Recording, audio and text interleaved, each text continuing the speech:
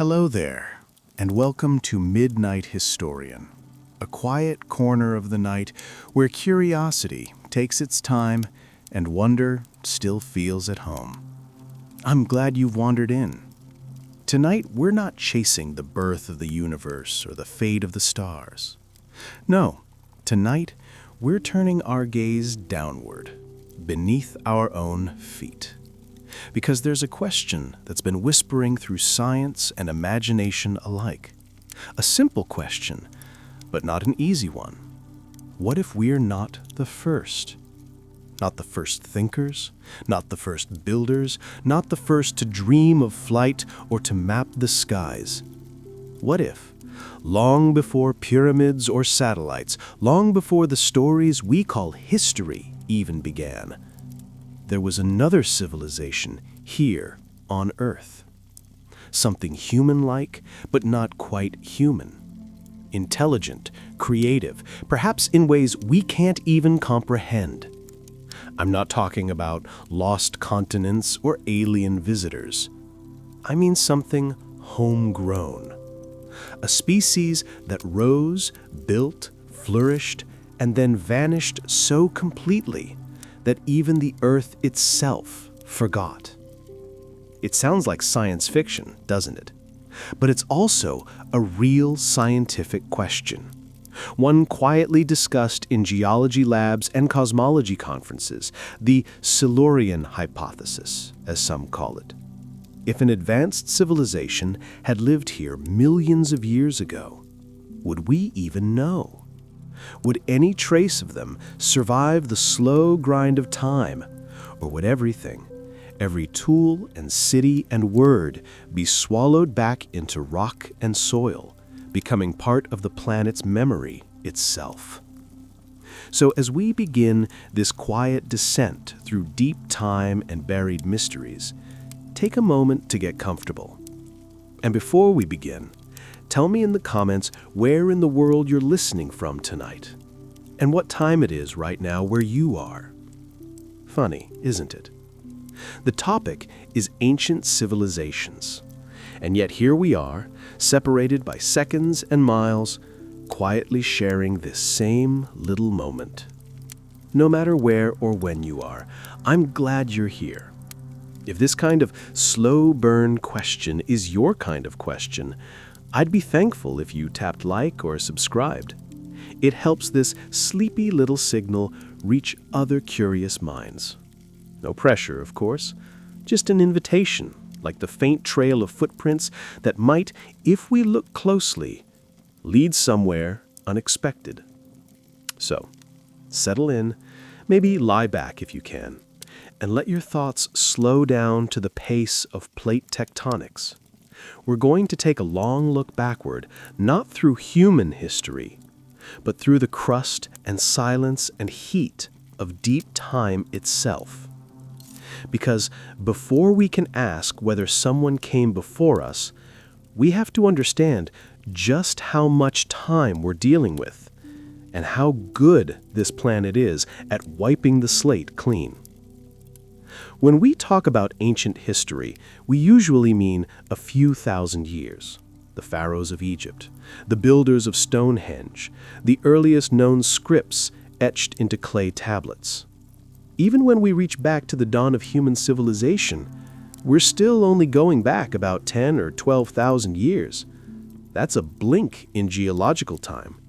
It's closer to now than to almost anything else that's ever happened on this planet. And yet to us, it already feels like the deep past already, enough to fill libraries with mystery, debate, and speculation. But the Earth is old, staggeringly old. Not just millions of years old, billions. About 4.5 billion years, give or take a few hundred million. For the vast majority of that time, there were no humans. There weren't even mammals for most of it, and for much of it, there was no life on land at all. Life spent a lot of time swimming, or wading, or evolving in microscopic obscurity. And yet, despite how empty that sounds, this was when most of Earth's story was written, layer by layer, rock by rock, in forms that speak slowly and forget quickly. The planet doesn't keep a diary. It doesn't preserve everything equally. Wood decays, metal rusts, bones dissolve, and time doesn't just pass, it acts. It buries, melts, crushes, shifts, and erases. Mountains rise and crumble. Oceans open and close. Entire continents drift, collide, and break apart. Every few 100 million years, the face of the world changes completely. And when you look at it this way, it's not that evidence gets lost. It's that surviving anything at all for more than a few million years is already an extraordinary event. So, let's imagine, just as a thought experiment, what if, say, 100 million years ago, long after the age of the dinosaurs began, but long before it ended, an intelligent species evolved. Something upright or not. Maybe land-based or maybe aquatic. Maybe it never needed to build with stone or metal at all. Maybe it never needed to. Maybe it had technology of a kind we wouldn't recognize. Maybe it lived for a while, developed something we might even call culture or society, and then something happened. A shift, a catastrophe, or simply the slow fade of time. It disappeared. And now we arrive, millions of years later, asking whether we even know if it had been here. Because here's the hard truth. We're not as permanent as we like to think. Our skyscrapers, our highways, our libraries, and satellites, none of them are built to survive geological time. Leave a modern city alone for a few centuries and nature reclaims it. A few thousand years, and it's already hard to see what once was there. But a few million years? Erosion, tectonics, subduction? By then, the surface has changed. What was land might now be seafloor. What was mountain might be rubble. And most of our traces, gone. This isn't science fiction. It's based on what we know from geology and archaeology. Traces of even recent prehistoric human activity are incredibly rare, not because humans didn't do anything, but because Earth is an efficient recycler. Consider the fossil record. It's spotty, at best. Not because life wasn't abundant, but because the conditions for fossilization are very specific. Most organisms that die are never fossilized. They decompose. They get eaten. They dissolve. To become a fossil, you need a rapid burial, mineral replacement, and protection from erosion. And then, you need to get lucky enough for that rock to survive, get exposed, and be found. Multiply that challenge by tens of millions of years, and you start to see the scale of the problem. And it's not just bones. Buildings, artifacts, tools, even those made of metal, don't last forever. Most metals corrode. Most plastics break down, especially in sunlight or underground. Even concrete, if left unprotected, eventually crumbles. So if a civilization had existed in the distant past, especially one that didn't leave behind vast quantities of stone structures, we might never know. You might be wondering, has anyone ever seriously considered this? And the answer is yes. In 2018, two scientists, Gavin Schmidt and Adam Frank, published a paper exploring this very idea. They weren't proposing that such a civilization actually existed, but they were asking how you'd even detect it if it had.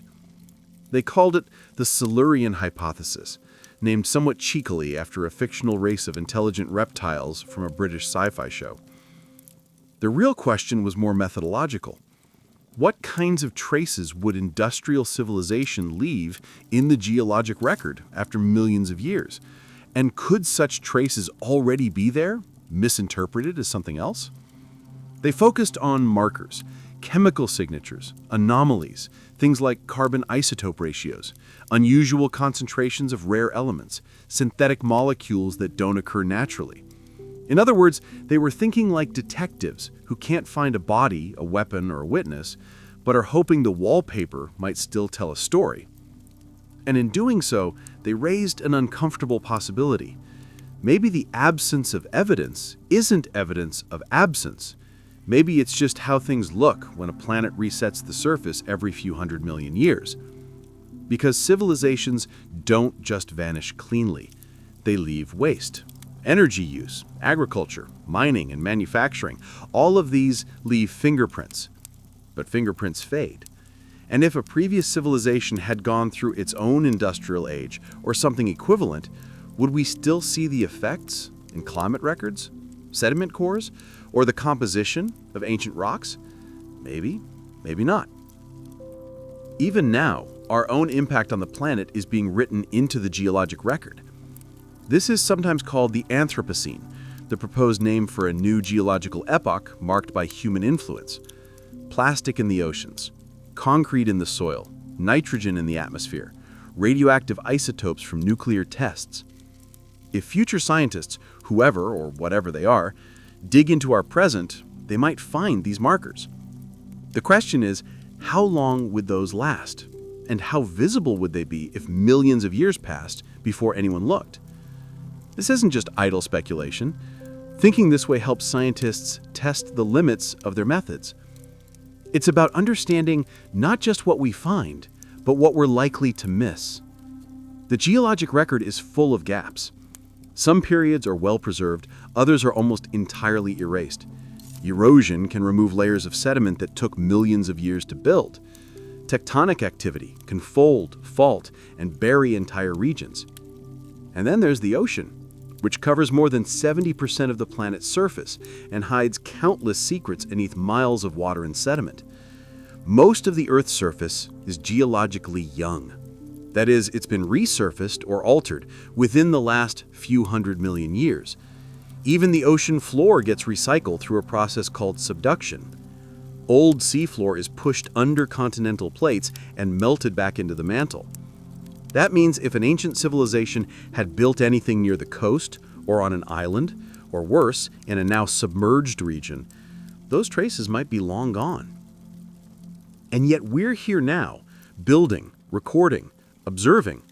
We wonder whether we're alone in the universe, but rarely ask if we've ever truly been alone on this planet.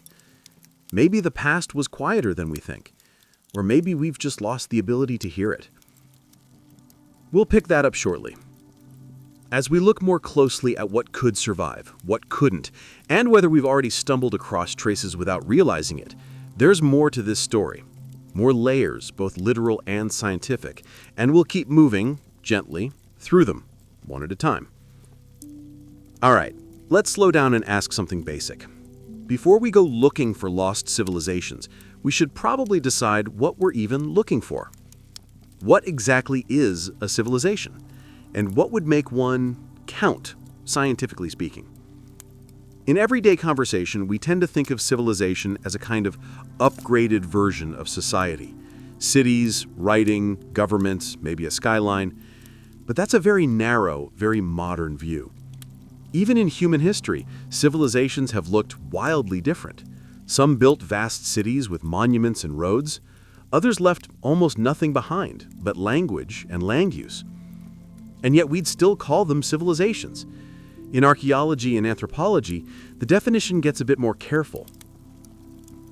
Civilizations are usually identified by a set of traits: urban centers, specialized labor, centralized authority or governance, surplus agriculture, organized religion, social stratification, the development of writing or symbolic communication, long-distance trade. Those are the big ones. But not all civilizations tick all the boxes, and some do it in ways we might not expect. So, when we talk about the possibility of a forgotten or deeply ancient civilization, we need to broaden our thinking. We're not necessarily looking for giant pyramids or computer chips. We're looking for evidence of complexity, social, technological, or ecological. Things that don't happen by accident. things that suggest a group of beings organized themselves at scale, over time, for purposes that went beyond survival. It's helpful to think about civilization less as a finish line and more as a spectrum. Somewhere between isolated survival and planetary engineering, there's a lot of room. A culture of tool users that created structures or systems beyond individual lifespans. A species that learned to store knowledge, pass it on, and modify its environment deliberately. That might not sound like much, but it's huge in evolutionary terms. And if it happened more than once on this planet or anywhere else, it's worth taking seriously.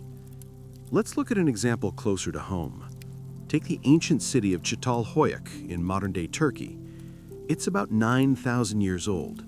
No streets, no monuments, no written language, just densely packed homes built side by side with no doors.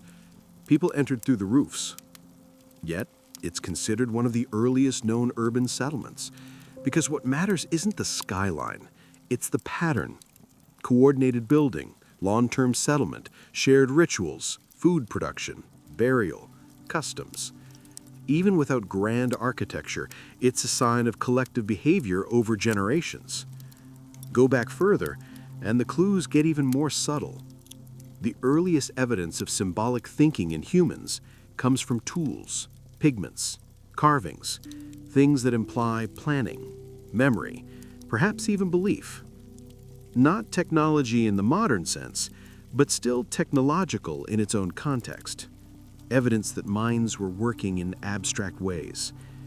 So now imagine a civilization that existed not 10,000 years ago, but 10 million or 100 million. What would we expect to find? It depends a lot on what they were like. If they built with organic materials, wood, plant fiber, animal products, those materials wouldn't last. If they buried their dead with rituals, but not with durable artifacts, we might find bones, but miss the meaning. And if they never developed writing, or used a form we don't recognize as writing, their stories might be lost completely.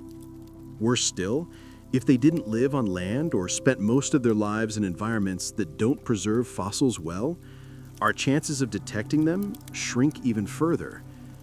If a civilization arose in a rainforest, on a coastline, or in a swamp, most of its remains would be gone within a few centuries, let alone millions of years. It's not a matter of hiding, it's a matter of time. We also have to be careful not to project too much. We're used to seeing intelligence in the form we exhibit: language, tools, cities, and now digital technology. But intelligence doesn't have to look like us. A civilization might not be industrial at all. It might organize its society in ways that don't leave big material traces. It might communicate chemically or visually or through forms of behavior we don't even have words for. And that brings up a strange problem. Would we even recognize it as a civilization? Think of a termite mound. To us, it's a nest, a big pile of dirt. But in terms of engineering, it's a marvel. Internal climate control, air circulation, resource storage. The termites build collectively. They farm fungus. Their colony behaves as a single organism. If we didn't know what we were looking at, we might mistake it for a natural structure, scale it up by a factor of 1,000, or bury it for a few million years, and even that trace might disappear. So when we think about lost civilizations, we need to think like archaeologists and like biologists. We're not just looking for ruins. We're looking for patterns, anomalies, disruptions, unexpected concentrations of minerals, changes in sediment that don't match known processes, strange isotope ratios, things that might suggest someone or something was here doing something unusual. There's also the question of duration. How long would a civilization have to exist to leave a mark? Not very long, geologically speaking. Humans have transformed the entire planet in just a few hundred years of industrial activity. In terms of sediment, that's barely a dusting. But the chemical impact is measurable. Greenhouse gases, synthetic compounds, nuclear isotopes. Even if we vanish tomorrow, some of those changes would still be detectable for tens of thousands, maybe millions of years. So maybe the better question isn't whether a previous civilization existed, but whether we're even asking the right questions to detect it. We look for signs that make sense to us: fossils, ruins, tools. But what if the signs are stranger, smaller, or in places we haven't thought to look? We'll keep going, because to answer this question fully, we need to look at how the Earth behaves over long spans of time. Not just centuries or millennia, but entire epochs.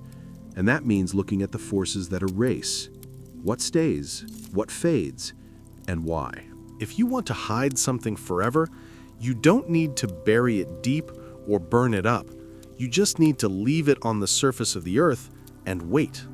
Not days or decades, but long enough for geology to do its work. Because the Earth is not still. It breathes, it shifts, it consumes, and almost everything built on top of it eventually disappears. We don't notice this much in everyday life.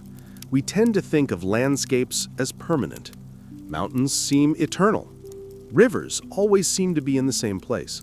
Cities feel like they've always been where they are. But geologists see something else. They see motion in what looks solid. Over enough time, even the hardest rock flows, bends, or breaks. Even the tallest peaks crumble. The surface of the Earth is constantly being reworked. And that means anything resting on that surface is temporary by default. Start with weathering. Rain, wind, frost, heat. All of it slowly chips away at anything exposed. Cliffs erode grain by grain. Roots push through concrete. Metals oxidize. Organic matter rots. It doesn't take long for buildings to become ruins and then for ruins to become barely distinguishable piles of debris. And if those remains aren't preserved under special conditions, rapid burial, arid climate, deep freeze, they're as good as gone in geological terms. Then there's sedimentation. Soil, sand, dust, ash, all of it builds up over time, layer by layer, burying whatever's underneath. Sometimes this helps preserve artifacts or fossils, but it can also crush and distort them. Layers compress into rock. Organic materials get broken down or replaced by minerals. And after a few million years, that buried city or skeleton might be a vague imprint in a chunk of limestone, if it's there at all. Tectonic activity is another key player. The Earth's outer shell isn't one solid surface. It's a patchwork of plates that float on a slow-moving sea of molten rock. These plates collide, pull apart, and slide past each other. When they do, they create earthquakes, raise mountains, open new seafloors, and drag old ones back into the mantle. This last process, subduction, is especially important. It means that entire sections of the ocean floor are gradually pulled under continents and recycled. Whatever was on them, sediment, fossils, cities, melts and becomes part of the Earth's interior. Not buried, erased. The average age of the ocean floor is only about 200 million years, which sounds old until you remember the Earth is over 4.5 billion years old. That means most of the planet's seafloor has been replaced many times over.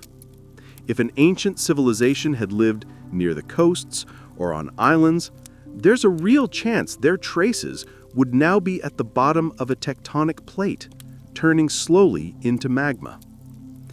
Continental surfaces last longer, but even they don't keep a perfect record. Erosion wears them down. Glaciers scrape them clean. Volcanic eruptions coat them in ash and lava. Forests come and go. Deserts migrate. Rivers change course. Even massive impact craters can fade over time. What looks permanent from our human perspective is often just the current state of something in motion. The Grand Canyon is often held up as a great geological archive. Layers of sedimentary rock stacked like the pages of a book. But that book is missing chapters. There are gaps where layers were never deposited or were removed later by erosion. These gaps are called unconformities, and they're a reminder that the geological record isn't complete. It's a patchwork stitched together from what happened to survive. And survival is rare. The fossil record, which we use to understand ancient life, is incredibly incomplete. Most organisms don't fossilize. Even those that do are only found when erosion or excavation exposes them. It's not that fossils are common and we just haven't looked everywhere. It's that fossils are incredibly rare, and most are gone for good.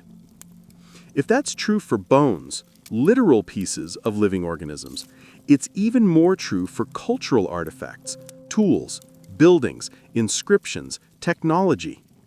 Even with humans, whose artifacts are only tens of thousands of years old, we often find fragments, a flint knife, a piece of pottery, a post hole in ancient soil. Archaeologists reconstruct entire societies from scraps, because that's usually all that remains. So when we ask whether another civilization could have existed millions of years ago, the burden of proof is enormous.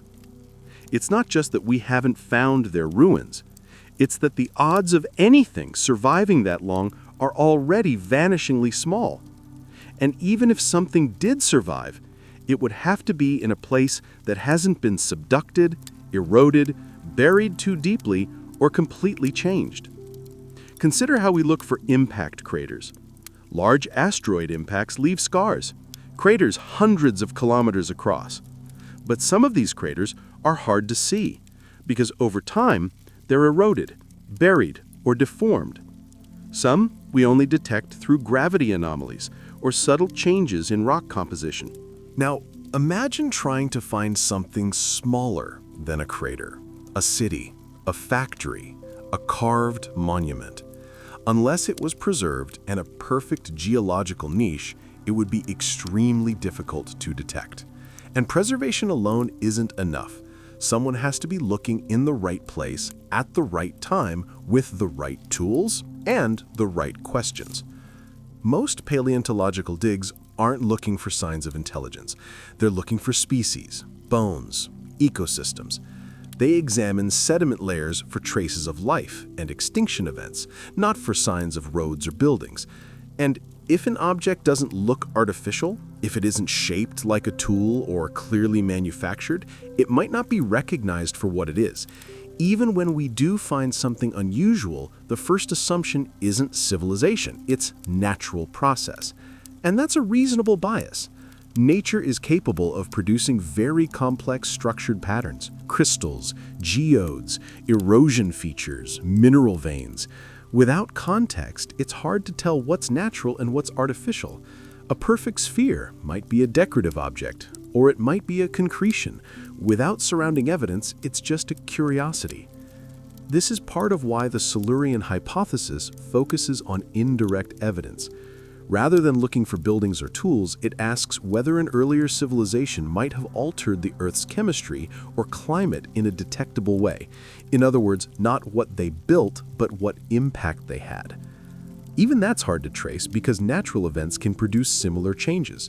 A volcanic eruption, a methane release, a mass extinction.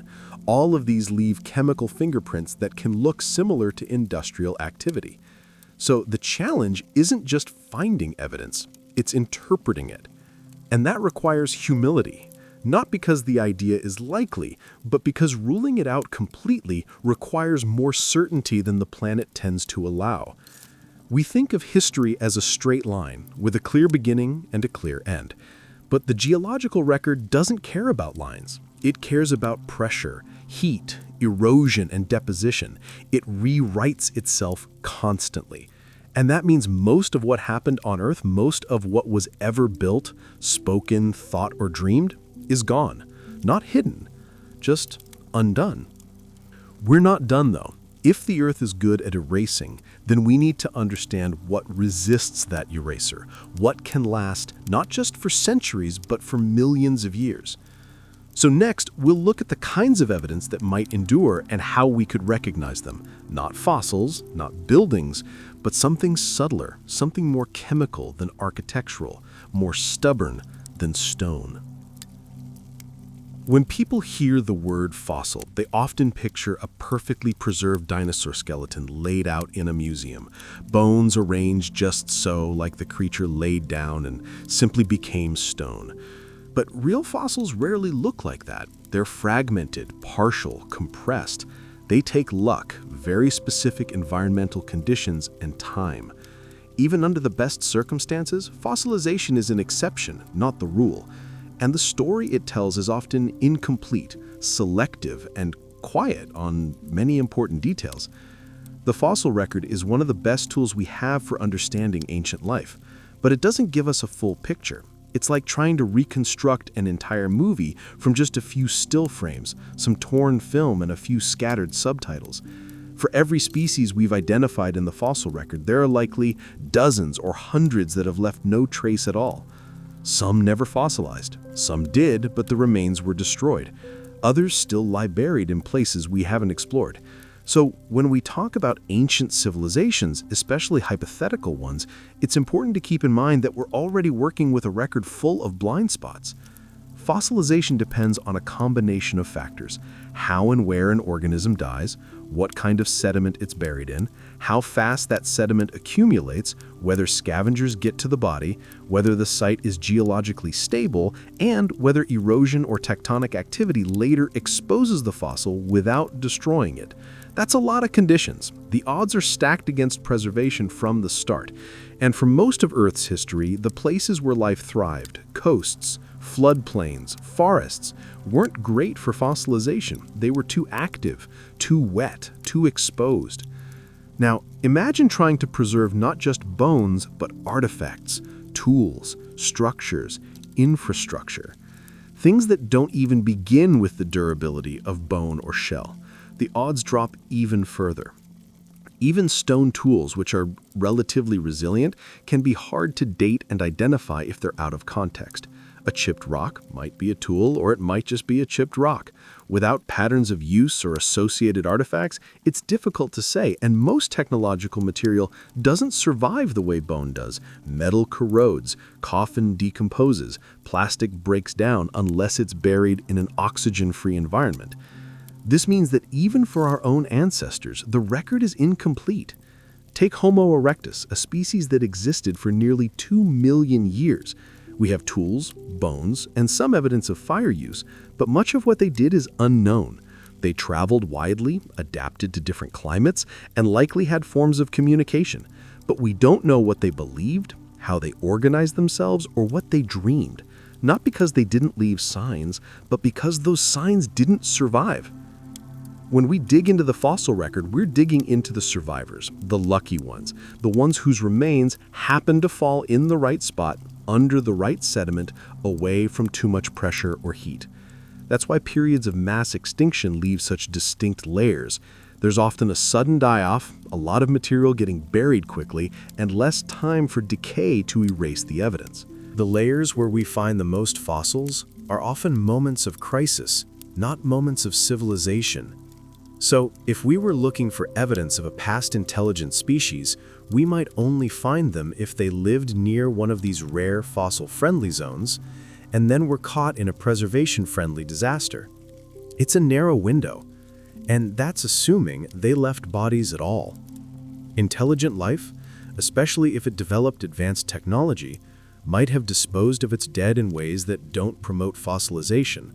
Cremation, sky burials, sea burials, decomposition in designated places, and beyond that, there's a more subtle issue. What if a civilization advanced to the point where it stopped leaving biological remains entirely? What if it transferred its thinking into artificial systems, or evolved into something less physical, more distributed, less organic? We don't know if that's possible, but if it were, the fossil record wouldn't just be silent, it would be irrelevant. Even now, most of the matter involved in our day-to-day lives is synthetic, non-organic, or so processed that it wouldn't register as natural to someone studying our remains. Millions of years from now, a future geologist might find layers of strange polymers, rare earth elements, and metal alloys, and not recognize them as remnants of a civilization, especially if the context is missing. Imagine finding a thin layer of titanium dust in a 100-million-year-old sediment core. It might raise questions, or it might be dismissed as an anomaly. Interpretation is as important as observation. And that brings up something often overlooked in discussions of the fossil record: bias.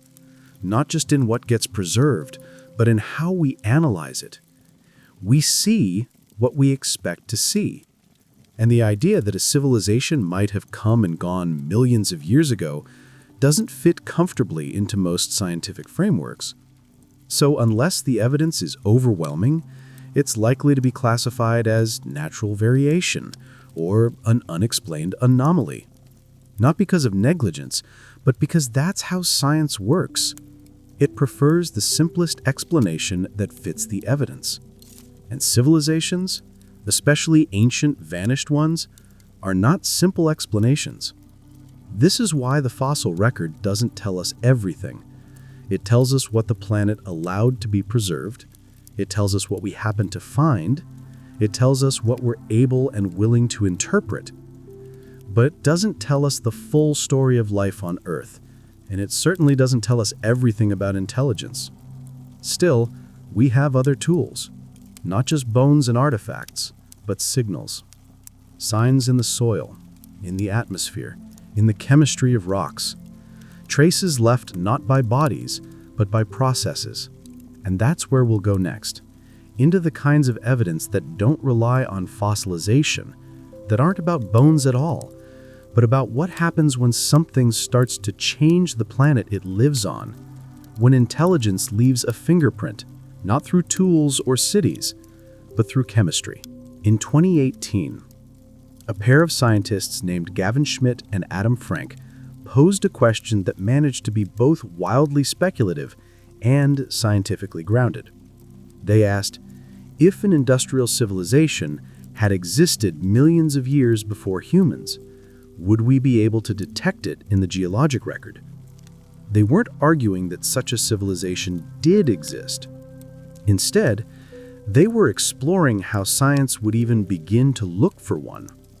And in doing so, they gave this question a name: the Silurian hypothesis. The name is a nod to a British science fiction show where intelligent reptiles, the Silurians, had once ruled the Earth before humans. But the hypothesis itself isn't about science fiction. It's about testing the limits of geology and paleoclimatology. It's about asking whether our own impact on the planet is unique, or if it could resemble something much older, hidden deep within the Earth's layers. The premise is simple. If an industrial civilization, like ours, had developed, say, 50 or 100 million years ago, and then vanished, what traces would it leave? And would those traces survive the erosion, burial, and tectonic upheaval that follows over that kind of time span?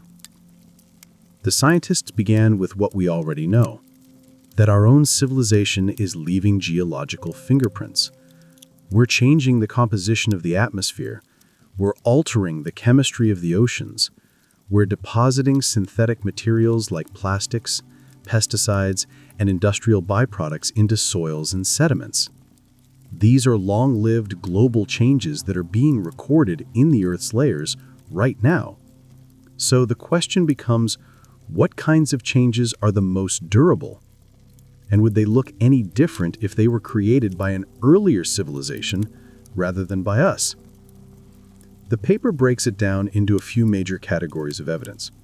One is geochemical anomalies, changes in the ratios of stable isotopes, such as carbon, oxygen, and nitrogen.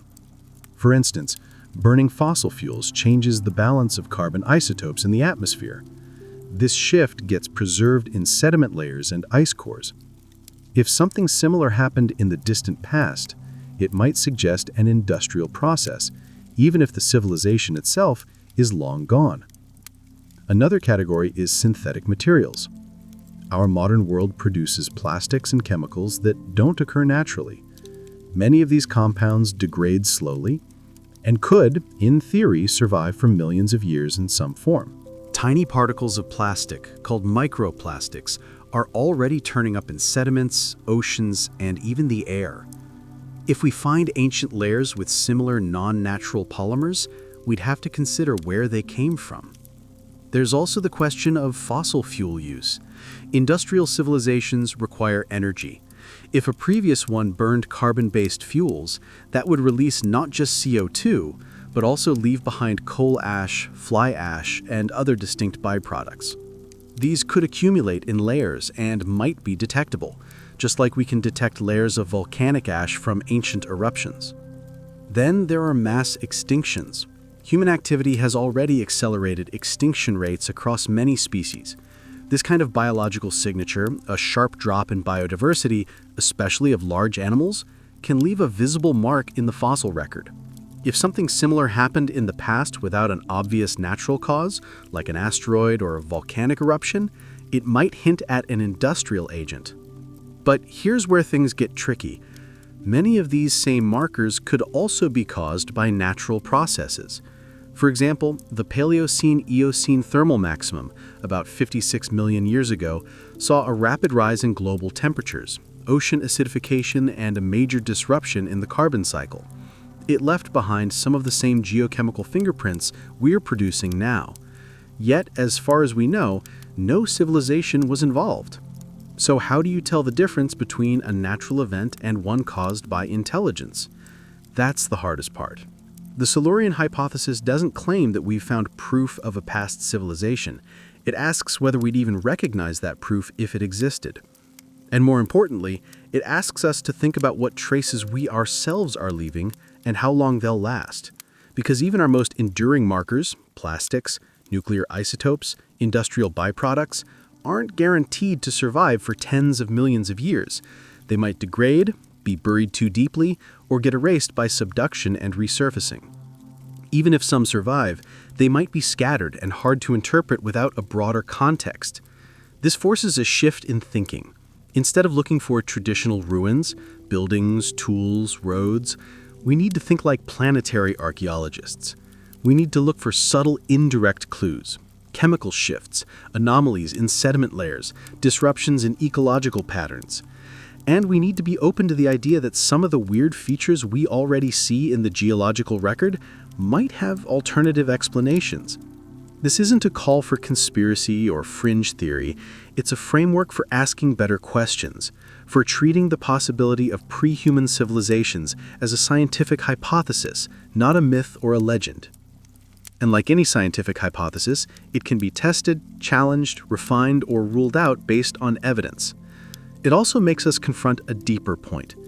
If we, with all our technology and global reach, are still geologically fragile, if our legacy might vanish in a few million years, then how many other stories might have already come and gone, lost to time not because they were small, but because Earth is patient and time is thorough?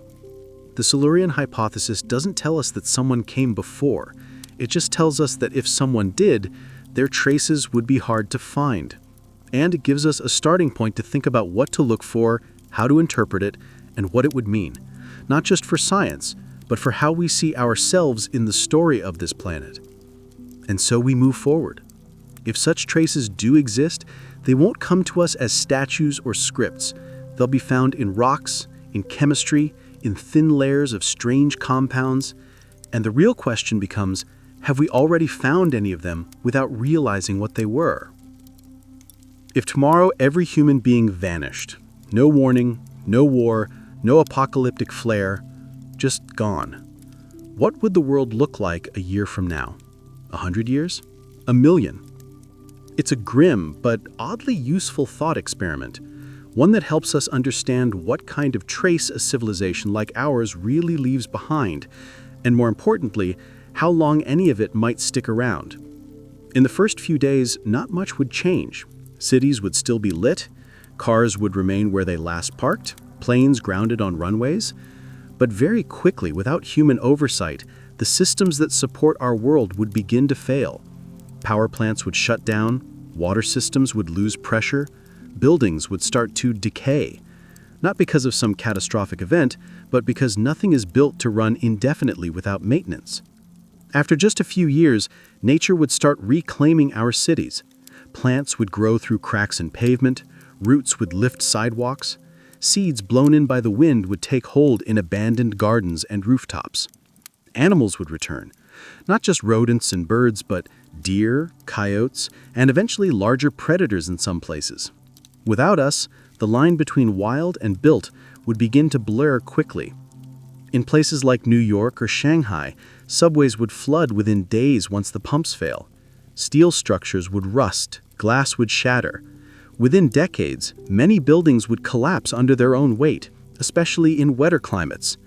Concrete, though seemingly durable, is vulnerable to moisture and temperature changes. Rebar inside corrodes, cracks form, and the structure weakens. Roads would break apart more slowly, but they too would degrade. Vegetation would tear through asphalt. Bridges lacking paint maintenance and structural checks would eventually fall. Satellites in orbit would start to fail as batteries wear down and solar panels degrade. Most would deorbit and burn up within a few centuries, leaving only the most distant, slowly decaying objects floating silently overhead. After about 1,000 years, much of what defines our presence would already be unrecognizable. Steel structures would have collapsed or rusted into heaps. Plastics exposed to sunlight would degrade into fragments. Underground cables and pipes would corrode. The outlines of roads and cities might still be visible from the air, especially in drier regions, but they'd resemble faint scars more than signs of life. 10,000 years on, even those scars would begin to fade. Forests would fully reclaim temperate zones. Deserts would shift, burying cities. Coastlines might change due to erosion or climate effects already in motion. Whatever is left would depend on location and material. Stone carvings might survive longer, think Mount Rushmore or the pyramids, but most modern infrastructure wouldn't. Go further, 100,000 years, and almost every surface structure would be gone. Only the deepest foundations, the most stable landfills, and certain geological modifications, mines, quarries, altered sediment layers might still be detectable. But even these would be weathered, filled in, or buried, and any meaning they once carried would be long forgotten, unless decipherable patterns or chemical residues remained. So then ask, after 1,000,000 years, what would survive? The answer is not much. Maybe a few artifacts in stable, dry environments, sealed caves, deep underground storage, or polar ice. Maybe some synthetic molecules that resist degradation. Maybe layers in lake beds or ocean sediment that show spikes in carbon, nitrogen, plastic residues, or rare earth metals. These would be the real fossils of civilization. Not buildings, but chemical echoes. If we disappeared tomorrow, the planet would begin erasing us almost immediately. Not maliciously, just mechanically. Erosion, biological decay, plate tectonics, all the usual processes of geology would continue just without interruption. And in time, the idea that we had ever been here would become harder and harder to prove. This isn't just philosophical. It's central to the question of lost civilizations. Because if ours could be wiped away so thoroughly, with all our global reach and technological intensity, then how could we expect the traces of any earlier civilization to have fared better? It also gives us a benchmark. If something about us can last, if anything at all leaves a durable global signature, then perhaps that's what we should be looking for when we ask whether we were the first. Not monuments, not artifacts, but residue, transformation, chemistry. And there's another layer. Some of our most persistent markers aren't things we built, but things we changed. The carbon we've released into the air, the nitrogen we've added to the soil, the isotopes from nuclear testing, the extinction of species and redistribution of biomass. These aren't structures, they're planetary modifications, and they're harder to undo. So now imagine you're a scientist millions of years in the future, digging through a core sample of ancient sediment. You see a thin, strange layer, higher levels of carbon, a drop in biodiversity, traces of synthetic compounds, maybe even isotopes that shouldn't be there. You might ask, what happened here? Was it natural, or was there something else? That's where this thought experiment takes us. By imagining our own disappearance, we get a clearer sense of what kinds of evidence actually endure, what would rise to the level of a geological signal, and what unfortunately would simply disappear. Next, we'll follow that signal, what it looks like, where it goes, and how it might be mistaken for something else. Because even if we leave a mark, the challenge is recognizing it for what it is. Geologists don't speak in years the way the rest of us do. They speak in layers, in thicknesses of sediment, in isotopes and core samples. Deep time doesn't count seconds or seasons. It works in intervals, events, patterns that stretch beyond the scale of memory, history, or even biology. And if we want to ask whether another civilization might have existed in the ancient past, we have to learn to think in that language. Because deep time doesn't describe what happened last week, it tells you what's written in the rock. Most of what we know about Earth's past comes not from fossils, but from the chemistry and structure of sediments. That includes ocean cores, lake beds, glacier ice, and the bands of rock exposed in cliffs and quarries. These layers form gradually, depending on the environment. Dust settling in lakes, shells accumulating on the ocean floor, ash falling from volcanic eruptions. The result is a kind of archive, with each layer offering clues about what the planet was like at the time it was deposited. This is the language of deep time, and while it doesn't speak in full sentences, it has a vocabulary. Carbon levels, oxygen isotopes, sulfur ratios, pollen grains, trace metals, magnetic orientation. It tells us about climate, about atmospheric composition, about what kinds of plants were growing and which species were abundant. It can even tell us about catastrophic events, asteroid impacts, supervolcanoes, mass extinctions. And in rare cases, it hints at something weirder. Some of the most detailed records come from places that change slowly and preserve well. Ocean floors, undisturbed lake beds, and the deep layers of polar ice. Scientists drill long cylindrical samples called cores and examine the layers centimeter by centimeter. They look for chemical shifts, variations in particle size, fossil content, mineral presence. Sometimes a shift in color is enough to signal a change in the world. These signals aren't always obvious. Many are subtle. A slight increase in a particular isotope, an unusually high concentration of a rare element, a ratio of carbon-13 to carbon-12 that doesn't match the expected baseline. Taken alone, any of these might be natural. Taken together, especially in a narrow slice of sediment, they suggest something happened, something sudden or unusual enough to alter the long, steady rhythm of the planet.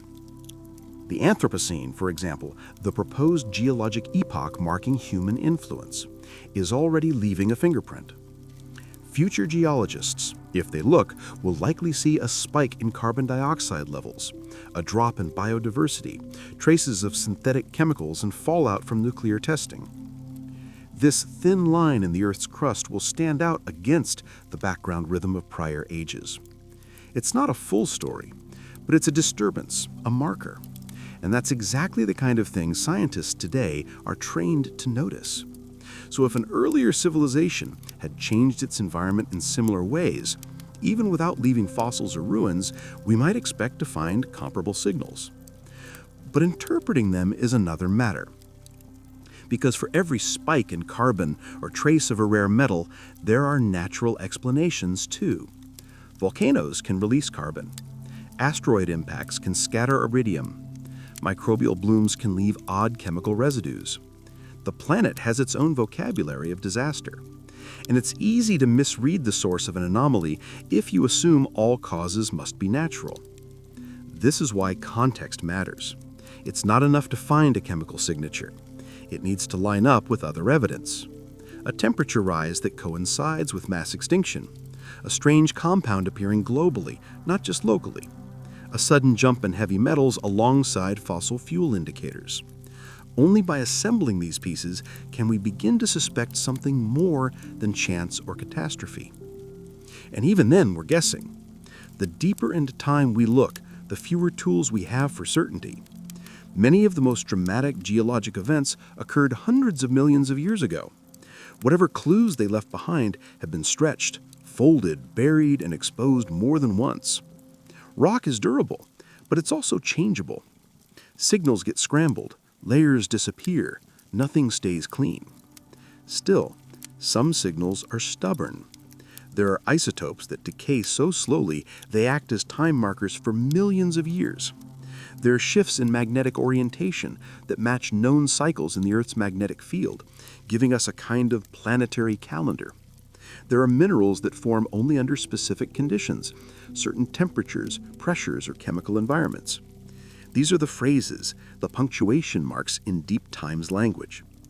If a civilization affected the world strongly enough and in just the right way, those effects might show up here.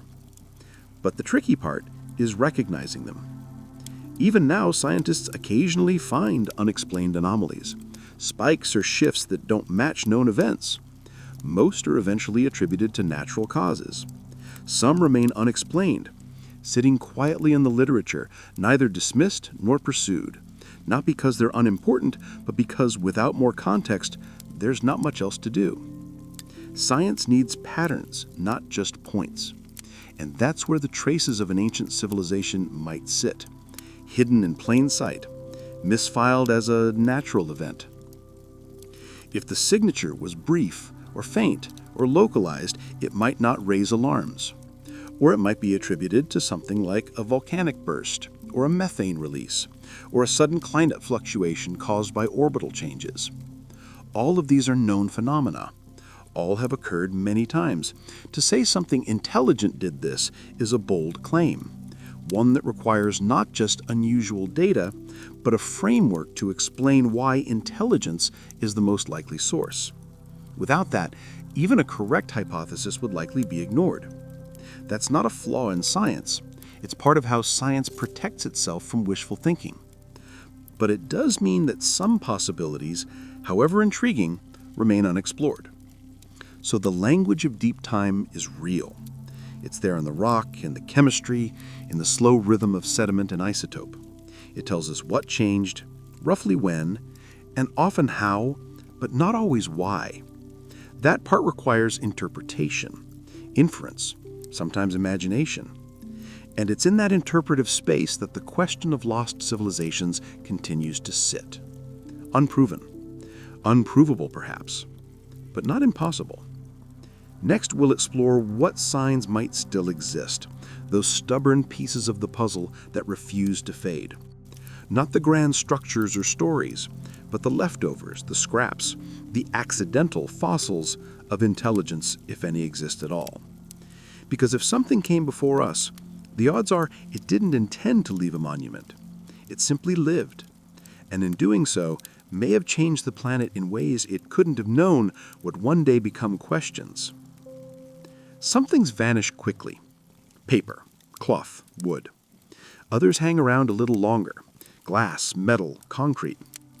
And then there are things that outlast civilizations not because they were meant to, but because they just happen to resist the forces that usually take everything else apart.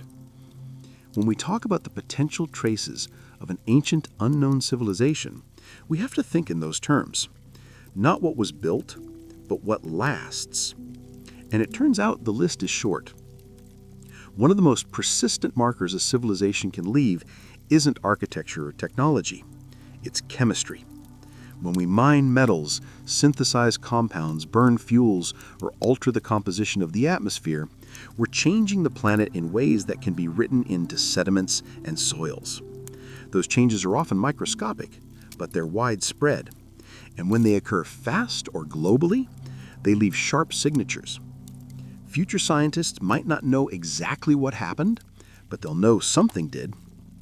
Let's start with synthetic materials. Modern humans produce a staggering variety of substances that don't occur naturally. Plastics, pesticides, industrial chemicals, rare metal alloys. Some of these break down quickly when exposed to sunlight or oxygen. Others are remarkably persistent, especially when buried. Microplastics, for instance, are already turning up in the most remote sediments, deep ocean floors, polar snow, high-altitude soils. Some studies suggest they could remain intact for tens of thousands, maybe hundreds of thousands of years under the right conditions.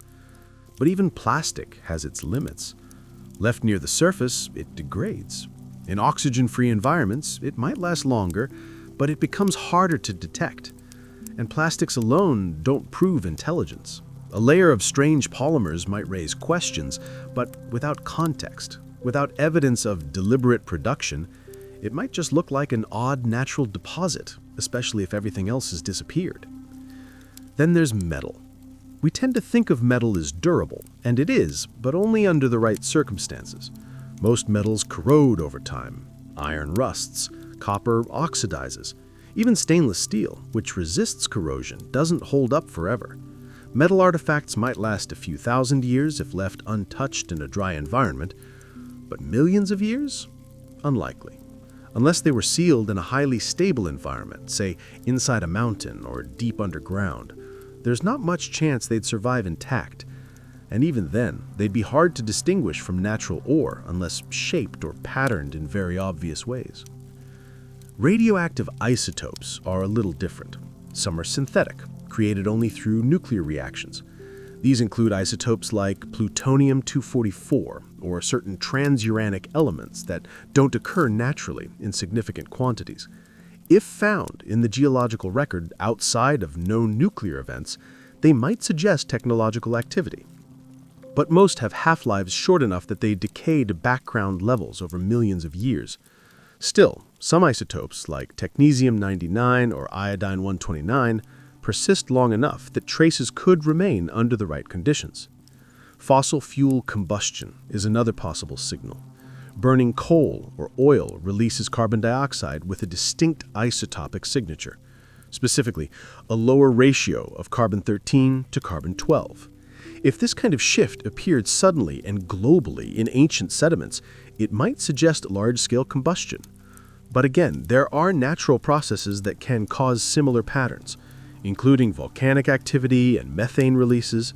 We'd need additional clues to support a technological source.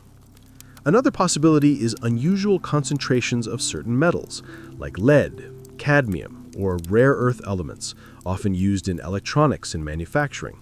Mining and refining these elements leaves waste. If found in high concentrations in ancient soils or sediments, especially in patterns that suggest processing rather than natural distribution, they could be evidence of industry. But these elements move through ecosystems in complex ways. They bioaccumulate, they leach, they migrate. Isolating a source isn't easy.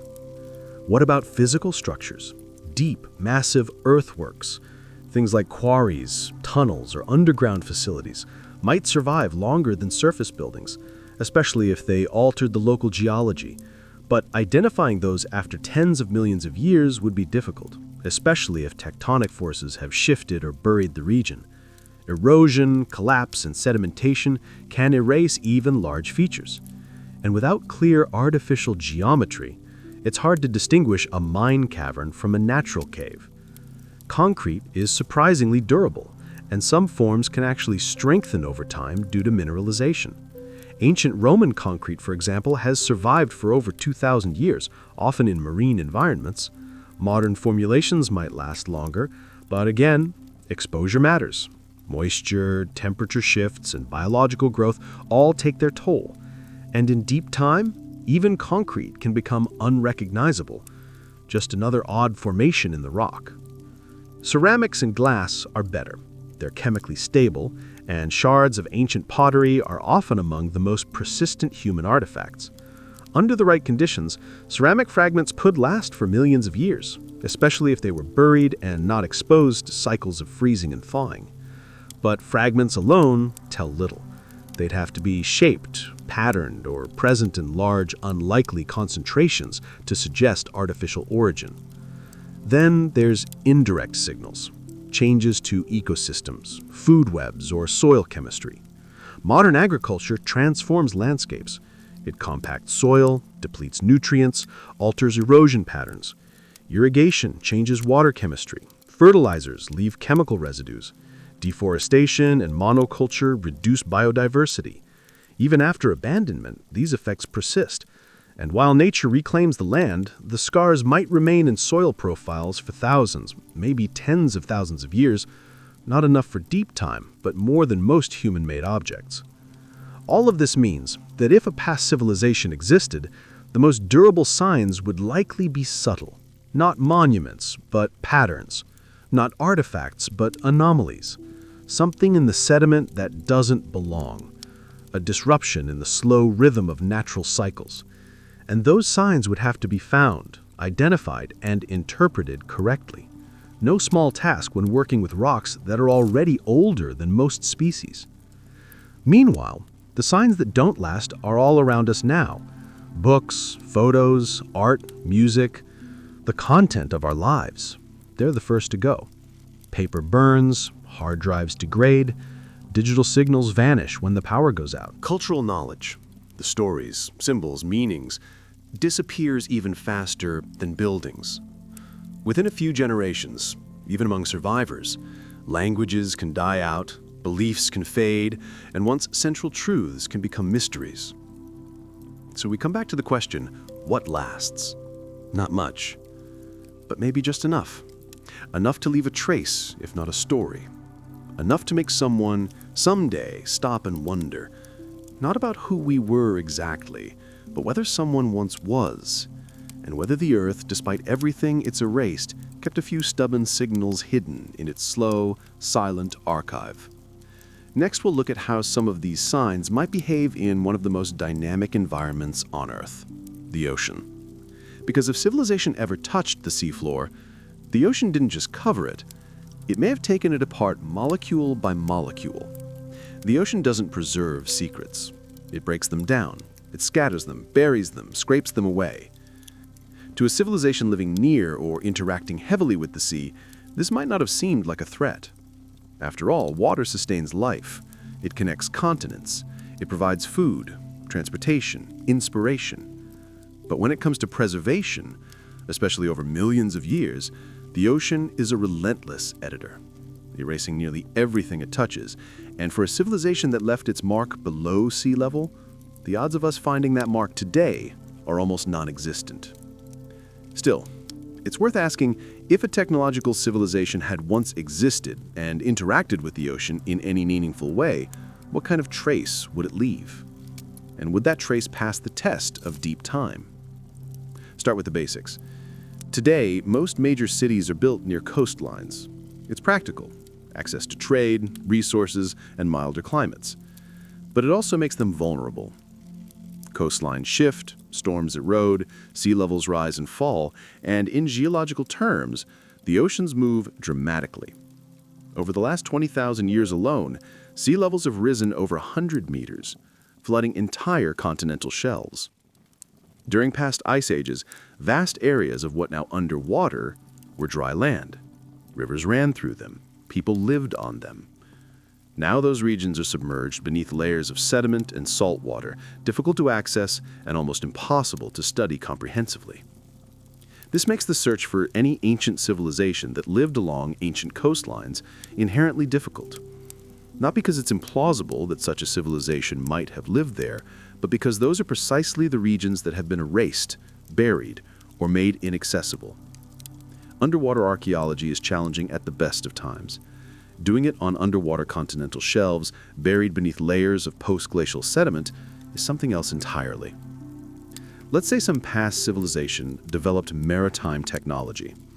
Not just boats, but harbors, ports, maybe even coastal infrastructure. What happens to those structures over deep time? Wood decays, ropes rot, stone collapses, metal corrodes quickly in saltwater environments. Unless the structures were buried quickly under silt or sand in a low-oxygen environment, there's little chance they'd survive for more than a few thousand years, let alone millions. And even if they did survive, they'd be nearly impossible to detect without targeted high-resolution scanning. Artificial structures could theoretically leave some geomorphological traces, straight lines, unnatural angles, repeating patterns in the seafloor topography. But nature can produce surprising geometric features as well. And most underwater anomalies once investigated turn out to be natural formations. Without context or artifacts, it's difficult to argue otherwise. Now, let's think bigger. What if the civilization wasn't just near the ocean, but used it intensively? Maybe for waste disposal, mining, or energy generation. Could those activities leave a signal? Modern humans, for example, have already left a clear geochemical footprint in the ocean. There are plastic gyres, massive floating garbage zones. There's mercury and lead contamination in deep-sea fish. There are radioactive isotopes from mid-20th century weapons testing. There are traces of industrial fertilizers causing dead zones near coastlines. And microplastics have been found at the bottom of ocean trenches, carried there by marine life and currents. Some of these signals might persist for tens of thousands of years, especially those buried in sediment. If an ancient civilization had introduced synthetic compounds or altered marine chemistry on a large enough scale, those changes might be detectable today, but they'd be subtle. And even if they were found, they'd have to be distinguished from natural processes. Hydrothermal vents, volcanic activity, organic matter decomposition, all of which leave their own complex chemical signatures. This is the essence of what you might call the lost tech test. Could the technological activity of a long-vanished civilization survive in a way that's still legible today? And if it did, would we recognize it as artificial? Or would we classify it as an unexplained anomaly? Or worse, overlook it entirely? Consider synthetic molecules. So modern plastics and industrial chemicals don't exist in nature and are extremely resistant to degradation. A few, under certain conditions, could last for hundreds of thousands of years. Buried in anaerobic sediment on the seafloor, fragments or residues might survive. But again, the challenge is scale. One fragment means little. A widespread pattern means more. And patterns are harder to find than artifacts. They require data from across regions, depths, and time frames, something that's only just beginning to happen in marine science today. Then there are heavy metals and rare earth elements used in electronics and industrial processes.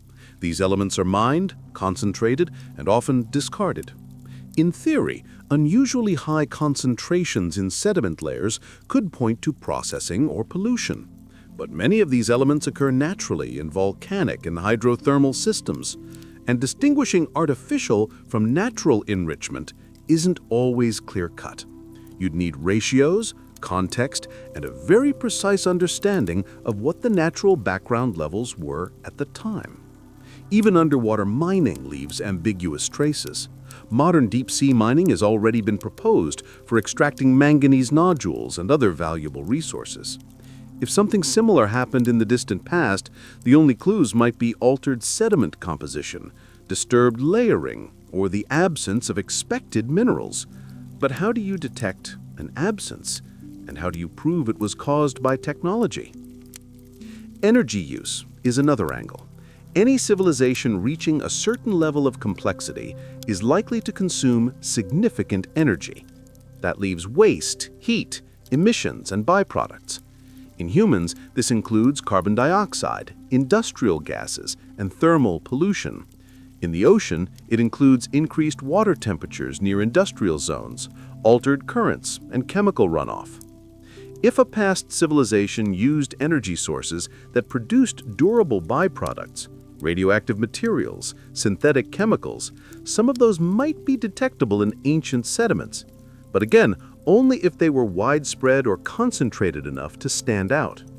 The problem isn't that these traces can't exist. The problem is that even if they do, they don't immediately scream civilization.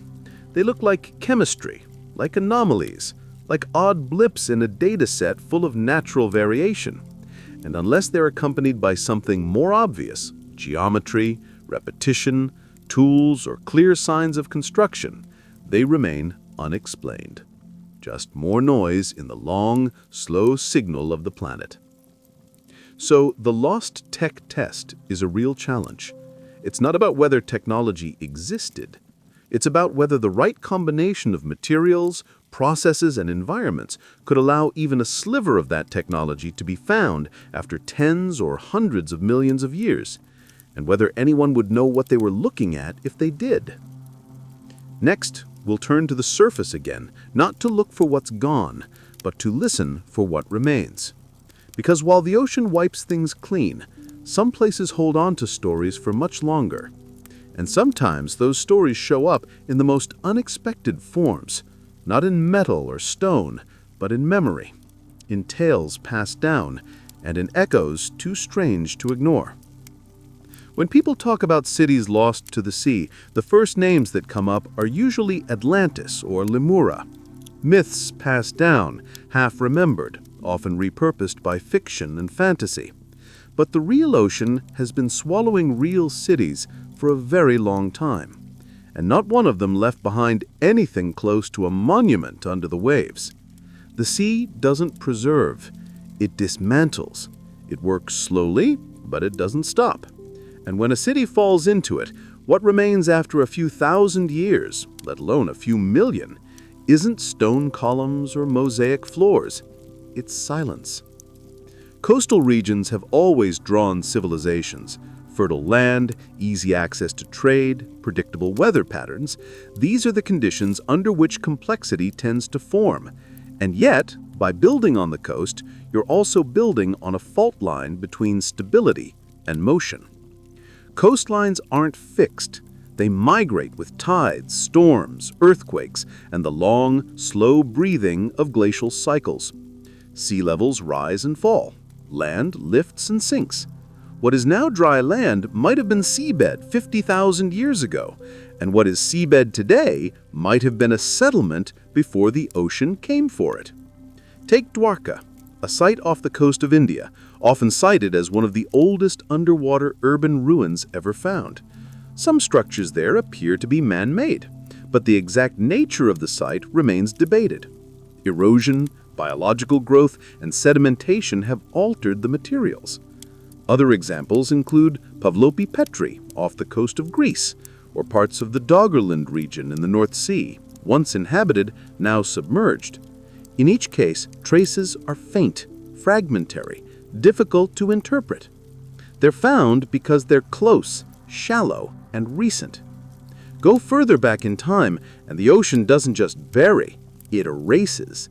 The seafloor is constantly being reshaped. Currents redistribute sediment. Marine organisms colonize and transform surfaces. Corrosion eats away at exposed metal and concrete.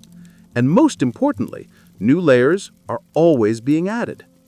Anything that isn't buried quickly and deeply enough gets broken down by chemical, mechanical, or biological processes. This is why submerged cities don't look like cities for long. Even stone structures can't withstand the combined effects of salt water, wave energy, and bioerosion. Over centuries, corners round off, carvings fade, mortar dissolves, organic material disappears entirely, and eventually what's left blends in with the surrounding geology.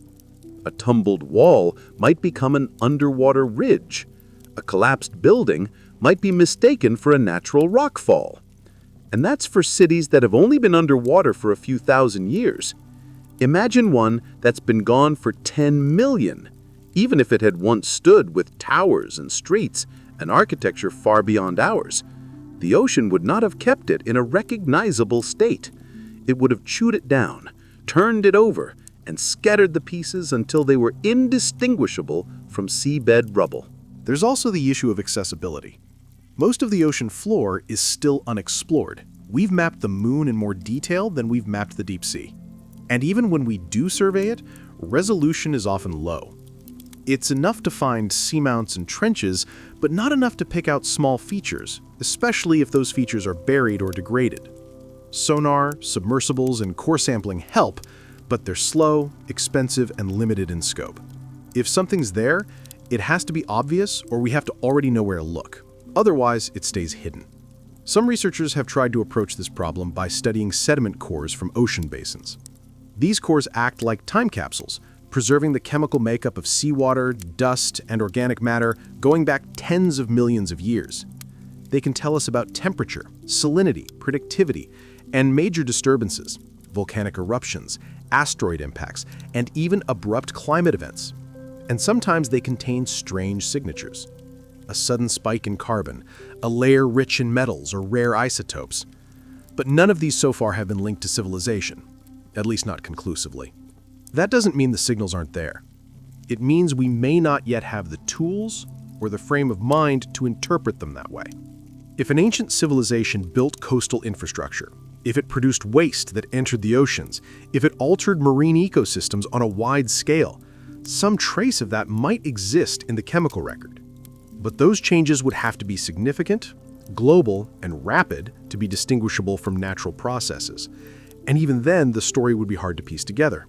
Think of the Fukushima nuclear accident in 2011. Within days, radioactive isotopes entered the Pacific Ocean.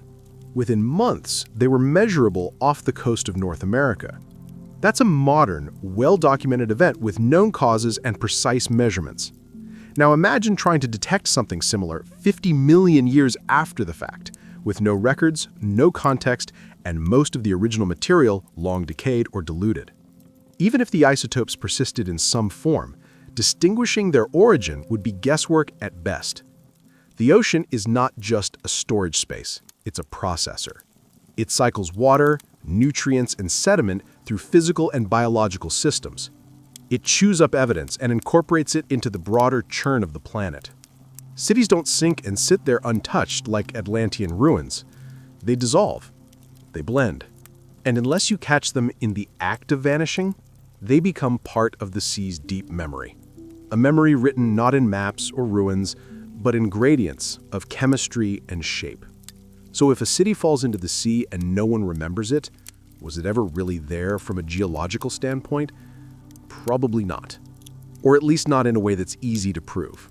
But these sunken landscapes still matter, not because they hold proof, but because they remind us of how quickly complexity can vanish, of how fragile presences, even when carved in stone, they're not relics of forgotten civilizations from 100 million years ago. They're warnings, previews, soft, shifting reminders that permanence is something humans invented and that nature doesn't recognize. We'll move next from the sea to the stone, from things buried by water to things sealed in rock. Because while the ocean devours, geology sometimes preserves. And once in a while, the planet itself seems to hold on to something it shouldn't. Not a building or a script, but a mystery, a thing that doesn't belong. And the closer we look, the more it seems to whisper that history might not be finished telling us what it knows. When scientists study rock layers, they're usually looking for patterns, clear sequences that help explain what the Earth was doing at a particular time. Was the climate hot or cold? Were there volcanoes, oceans? What kind of life existed? Each layer is like a data point, a page in a planetary logbook written in minerals and dust. But now and then they find something that doesn't quite fit, something out of place or out of time. These are called anomalies. And while most eventually get explanations, some still sit in the margins, waiting for new tools or new ideas to make sense of them. Not all anomalies are mysterious. Geology is full of unusual but natural formations. Mineral inclusions, fossil oddities, complex layering caused by environmental shifts. But every so often, something turns up that resists easy classification. A fragment that looks manufactured. A composition that doesn't match the surrounding matrix. An object embedded in stone that seems too regular, too shaped, too deliberate. Take the case of the famous artifact and coal stories, mostly from the 19th and early 20th centuries. Miners occasionally reported finding metal objects inside lumps of coal. Sometimes it was a chain, other times a bell or a piece of carved stone. These claims were often poorly documented, with few surviving samples and no clear provenance. Skeptics rightly pointed out that mining is messy. Coal seams can break, collapse, mix with modern debris, and confirmation bias was probably a factor. People saw what they expected or wanted to see. But the stories remain because they highlight the kinds of signals people think to look for. Then there are the metallic spheres found in South African mines, often cited by fringe theorists as evidence of ancient technology. These small grooved objects were embedded in Precambrian rock more than 2 billion years old, but studies showed they were likely natural concretions, formed by mineral accumulation under high pressure. The grooves may have come from natural deformation. Interesting, yes. Manufactured, no. Anomalies like these often sit on the edge of scientific attention. Some are never investigated thoroughly because they lack context. Others are dismissed because the burden of proof for an extraordinary claim is rightly very high. And most can be explained with a little time, better sampling, or new data. But a few remain unexplained, not proven artificial, just unresolved. And that's the key point. The scientific process is cautious. It doesn't leap to conclusions. It favors known mechanisms over unknown ones. And it demands repeatable evidence, not one-off curiosities. So even if something strange is found in ancient rock, the first questions are always the same. Could this have happened naturally? Is there contamination? Was the layer disturbed? Has the sample been verified by multiple methods? Unless the answer to all those is clear, the anomaly stays in limbo. Still, not all anomalies are physical objects. Some are chemical. Take, for instance, the isotope excursions, abrupt planet-wide shifts in the ratios of certain elements like carbon or oxygen. These are visible in rock layers as sharp changes in geochemistry. Most have known causes: massive volcanic eruptions, methane releases, or asteroid impacts. But the mechanisms aren't always fully understood. Some events show signs of rapid warming, ocean acidification, and extinction, all packed into a thin slice of geological time. Some scientists have compared these to what we're doing now with industrial emissions, and a few have asked quietly whether such patterns, if found in the distant past, could ever point to intelligent activity. The answer is usually no, not because it's impossible, but because there's no reason to jump to that conclusion. Intelligence isn't needed to explain most geological events. But what if one of these anomalies couldn't be explained by any natural process we know?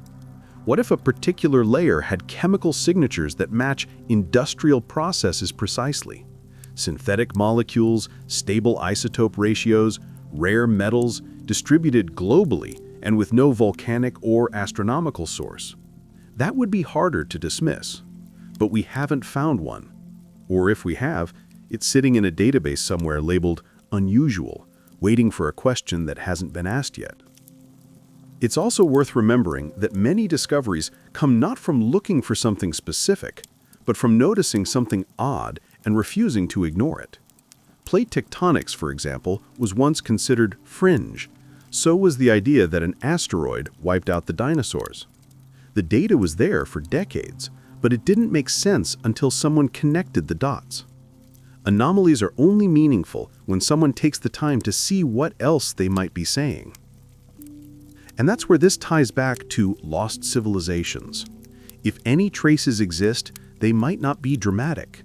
They might not be carvings or artifacts. They might be subtle, an unusual mineral deposit, a strange distribution of metals, a synthetic molecule embedded in an ancient layer. Things that on their own don't say technology, but together might raise the possibility. It's also possible we've already found some of these things, but interpreted them through the lens of what we expect to find. A pattern in geology that looks like a result of natural weathering, a layered structure dismissed as a sedimentary oddity, a geochemical spike explained by a massive bloom or a methane burst. And most of the time, that interpretation is probably right. But what if, in rare cases, it isn't? We don't know how a truly ancient civilization would manifest in the rock record. We don't know how long its traces would last, but we do know what does last. And it's in those lasting things, the anomalies, the residues, the unexplained patterns, that any signal, however faint, would have to live. And so we keep looking, not with the expectation of a buried city, but with the quiet possibility that somewhere, layered deep beneath our assumptions, there's a message, not in words, but in data, not left intentionally, but left all the same. Next, we'll take a brief step away from geology and into a different kind of record, not carved into stone, but carried through stories. Because sometimes history doesn't disappear, sometimes it echoes, and the line between memory and myth can be thinner than we'd like to admit. When archaeology runs out of artifacts and geology runs out of layers, what's left are stories. Not scientific records, not measurements, but myths. Oral traditions passed down through generations, sometimes across entire civilizations. Most are changed in the telling. Details shift, meanings blur, symbols layer over each other. But myths persist. They survive even when buildings fall and languages die. And while they're rarely taken as literal history, there's a growing understanding that some of them may hold fragments of real events, coded, distorted, but not entirely imagined. This idea isn't new. Cultures around the world have myths about floods, fire, stars falling from the sky, or land that once was but is no more. They describe golden ages that ended suddenly, lost knowledge, sudden darkness, strange visitors, islands swallowed by the sea. Taken separately, each story sounds like symbolic fiction. Taken together, they begin to form patterns, shared anxieties, shared experiences, perhaps even shared memories of events that happened long before written language existed. One of the most persistent themes is the flood.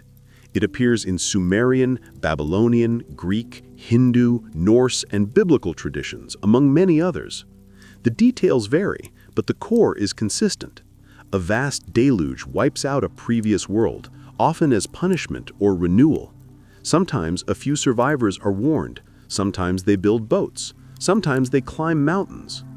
It's tempting to see this as simple metaphor, an explanation for seasonal rains or a reflection of human vulnerability. But there's also geological evidence of dramatic sea level rise and coastal flooding, especially at the end of the last ice age.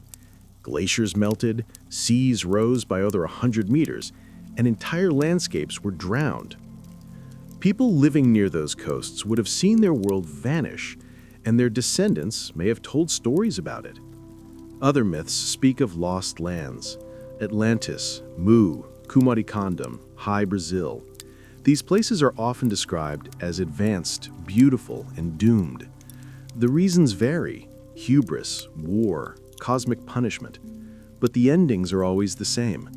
The land sinks, the people vanish, and only the tale remains.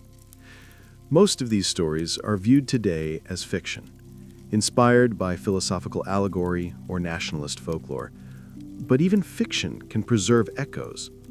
The memory of a submerged land might be real, even if the details are not. There are also stories of knowledge lost. Many traditions speak of a time when people knew more, when ancient wisdom was common, when the stars were understood, when the earth was shaped deliberately. These ideas aren't proof of anything, but they do raise a question. How do cultures come to believe they used to know more than they do now? Not every tradition holds this view, but the ones that do often describe a fall, not just a moral one, but a loss of information, of skill, of contact with something greater. And then there are the anomalies in ancient texts, tales of machines, flying vehicles, cities in the clouds, weapons with unnatural power. In most cases, these are clearly metaphorical or symbolic, but occasionally the descriptions get oddly specific, too specific, some argued, to be pure invention. Defenders of the myth as memory idea suggest these might be distorted recollections of something real, technologies or events passed down through oral tradition long after the original context was lost. It's a difficult position to test scientifically. Myths aren't evidence. They're not dated. They don't come with calibration marks or geological context. But they are part of the human record. And when multiple cultures tell similar stories without clear contact, it's worth asking why. Modern scholars in anthropology and archaeology have begun to revisit this question, not in search of ancient astronauts or secret continents, but to better understand how oral history works, how stories are preserved, adapted, and passed down. In some indigenous traditions, oral accounts have proven remarkably accurate when matched with archaeological or environmental evidence. Entire landscapes have been described in stories: river paths, glacial retreats, volcanic eruptions, centuries before written records. This means that myths aren't just fantasy. They're compressed history, shaped by culture and language, but rooted in experience. They may contain metaphors, yes, but metaphors for something. And sometimes, with enough patience, those metaphors can be decoded. None of this proves that an earlier civilization existed, but it does complicate the idea that history begins with writing. The absence of a script doesn't mean the absence of memory. And in a world where physical evidence is fragile, but stories can last for thousands of years, maybe myths deserve a second look. They might not tell us what happened, but they might tell us that something happened, and that it mattered enough for people to try and preserve it in the only form they could. We'll continue by turning our attention to the ground, literally, to the bits and pieces we've pulled from the earth that seem at times out of place. Not myths, not metaphors, but materials. Things with shape, weight, and texture. Some ordinary, some strange, and some that raise just enough questions to keep this old idea alive. Tektites are small, glassy objects scattered across parts of the earth, often dark in color, aerodynamic in shape, and surprisingly consistent in composition. Most geologists agree they're the product of impact events, formed when a meteorite strikes the planet, melts the local rock, and sends droplets of molten material into the atmosphere, where they cool and fall back to the ground. They're fascinating, but not mysterious, at least not in isolation. What becomes more interesting is how often these odd bits of material, tektites, metal fragments, shaped stones, get lumped into stories that stretch beyond geology. Stories of lost technologies, vanished builders, tools where there shouldn't be tools. And while most of these claims don't survive scientific scrutiny, some of the artifacts they center on are real. Not alien, not magical, just hard to classify. They sit in museum drawers, misfiled or unstudied, not because of conspiracy or negligence, but because science moves on when something doesn't fit cleanly. Take the so-called out-of-place artifacts, usually shortened to OPARTs. These are objects that have been found in geological strata that predate human history. Examples include metal spheres in billion-year-old rock, carved objects in coal, or machined-looking items embedded in stone. Almost all of them have been explained as misidentifications, hoaxes, or natural formations. But the persistence of these stories tells us something. Not about ancient machines necessarily, but about how hungry people are for a different narrative. One where civilization didn't start 10,000 years ago, but has been coming and going for much longer. Sometimes these artifacts are genuinely curious. A polished stone ball with perfect symmetry, a copper tool discovered in a layer thought too old for metallurgy, or a carved pattern found deep in a cave where no known culture was thought to have reached. In nearly every case, there are natural explanations, or at least plausible ones. Geology can produce surprisingly regular shapes.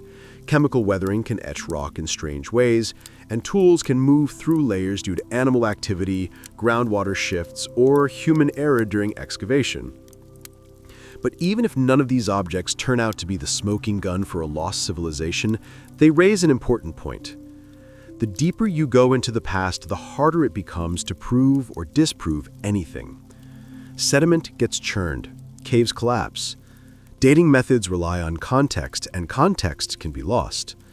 If a technological object were buried in a layer 10 million years old, and it didn't match anything we knew, we wouldn't automatically conclude it was ancient. We'd probably assume contamination, a misplaced sample, a modern object that found its way down. And most of the time that would be right. But that assumption, though statistically sound, makes us almost blind to the rare cases where it might be wrong. Tools, real tools, can survive for a long time under the right conditions. Stone tools, in particular, are resilient. We've found chipped flints over 2 million years old, showing deliberate shaping, clear use wear, and evidence of cultural transmission. What's notable is that it took a long time for archaeology to recognize some of these artifacts as tools at all. For years, many were dismissed as geofacts, naturally broken stones. Only when patterns emerged, repetition, clustering, wear marks, did the scientific community begin to accept their human origin. This has a direct lesson for the search for any non-human civilization. The first signs wouldn't be cities or machines. They'd be patterns, tools that don't match local geology, arrangements of materials that suggest planning, regular shapes appearing more often than chance would allow. But those signs would be extremely easy to overlook, especially without context, and context is fragile. Imagine finding a perfectly shaped sphere in a layer of rock dated to 100 million years ago. The immediate assumption would be that the layer has been disturbed, that the object is intrusive, and that might be true. But if we automatically dismiss every anomaly that doesn't fit the known timeline, we close the door to discovering anything that might change that timeline. Then there are the tall tales, stories passed down or published in fringe journals about impossible finds, an iron nail in sandstone, a mechanical device in coal, a human footprint next to a trilobite. These claims almost always fall apart under investigation. Poor documentation, no surviving sample, or obvious tampering. But not all are deliberate hoaxes. Some come from well-meaning observers who didn't have the tools or background to interpret what they found. And some are just mistakes, natural features that looked artificial in the moment. Yet, the idea behind these stories, that something came before, isn't inherently wrong. What's usually flawed is the evidence presented, but the motivation is understandable. People want to know that history is deeper than we think, that our story might be part of a longer, more complex arc. And in a way, that's not just hopeful, it's logical. Because intelligence isn't a one-time event, it's an emergent property. And over billions of years, it's reasonable to ask whether it's happened more than once. Science, of course, demands more than curiosity. It demands data, repeatability, rigor, but it also requires questions. And some of the best questions start with outliers, with things that don't fit. Most outliers turn out to be nothing, but a few lead somewhere new. So even if the tektites are just splash-form glass, and the tools are from known species, and the tall tales are just that, they still have a role to play. They remind us to look closer, to wonder what might have been missed, and to accept that the line between natural and artificial, between coincidence and pattern, isn't always obvious. Next, we'll step further into that uncertainty, because not every intelligent culture would have developed in the same way. Not every civilization would have chosen stone or metal. And if some never did, their remains, if they exist, might be so subtle we've already walked past them, unnoticed, unmarked, but not entirely gone. When we picture a civilization, we tend to think of certain things: tools, buildings, machines, writing, monuments. And almost all of it is made of or shaped by metal. It's foundational to how we define technological progress: the Stone Age, the Bronze Age, the Iron Age. But that framework assumes one path, one model, one ladder. And it's easy to forget that metal isn't a requirement for intelligence or even for complexity. It's just what we used. So what if a different civilization never reached for metal? What if it evolved, flourished, and vanished without ever needing to extract metal from rock? The idea isn't far-fetched. In fact, for most of our own species' history, we lived without metal. Early humans crafted stone tools, built with wood and bone, used fire, understood animal behavior, made clothing, decorated their homes, and developed rich oral traditions, all without smelting a single ounce of ore. Many indigenous cultures continue to thrive with limited or no metalwork, even after contact with those who did. Complexity doesn't begin with metallurgy. It only becomes visible to archaeologists in certain ways because of it. So if we consider the possibility of a pre-human or non-human civilization, it's worth asking, what would their record look like if they never entered a metal age? The short answer is it would be incredibly hard to find. Organic materials, wood, plant fiber, animal hide, even bone, decompose rapidly unless preserved in extremely dry, frozen, or anaerobic environments. Textiles rot, wood burns or decays. Anything left exposed to moisture, heat, or biological activity breaks down. Without stone or metal or ceramic to carry the memory of those objects, nothing stays put for long. And even when preserved, organic remains are rarely interpreted as technological unless they show obvious shaping or patterning. A bundle of fibers might be string or roots. A hollowed-out log might be a canoe or just a log. Now consider a hypothetical civilization that built entirely from biodegradable materials. Shelters of woven plant fiber, tools made from hardwoods, containers from gourds or leather, decorations, clothing, written symbols, everything done with natural pigments, feathers, bark, sand, smoke. Nothing mined, nothing smelted, nothing left to rust or fracture into durable fragments. In the right climate, that society could exist for thousands of years and leave behind almost nothing we recognize in the geological record. A forest could grow over it in a decade. Erosion could take the rest. And in a million years, not a trace. Even fire, one of the oldest and most transformative technologies, doesn't preserve well. You can find charcoal layers, ash beds, fire-cracked rocks, but those are common in nature too. Lightning strikes, wildfires, volcanic activity, they all leave similar marks. Distinguishing a fire used by intelligence from one caused by natural forces requires context. Hearths, patterns, associated artifacts. Without those, it's just another black layer in the soil. Some non-metal tools could survive, especially stone. But not all stone tools are obvious. A pebble used to grind grain or soften fiber might never be shaped. A sharp rock used to cut might not be retouched. If tools aren't curated, kept, stored, reused, they blend into the natural background. And if they're used in ways that don't create lasting wear patterns, they're nearly impossible to identify after the fact. It's also possible a civilization could reach high levels of understanding, astronomy, agriculture, even medicine, without needing heavy industry.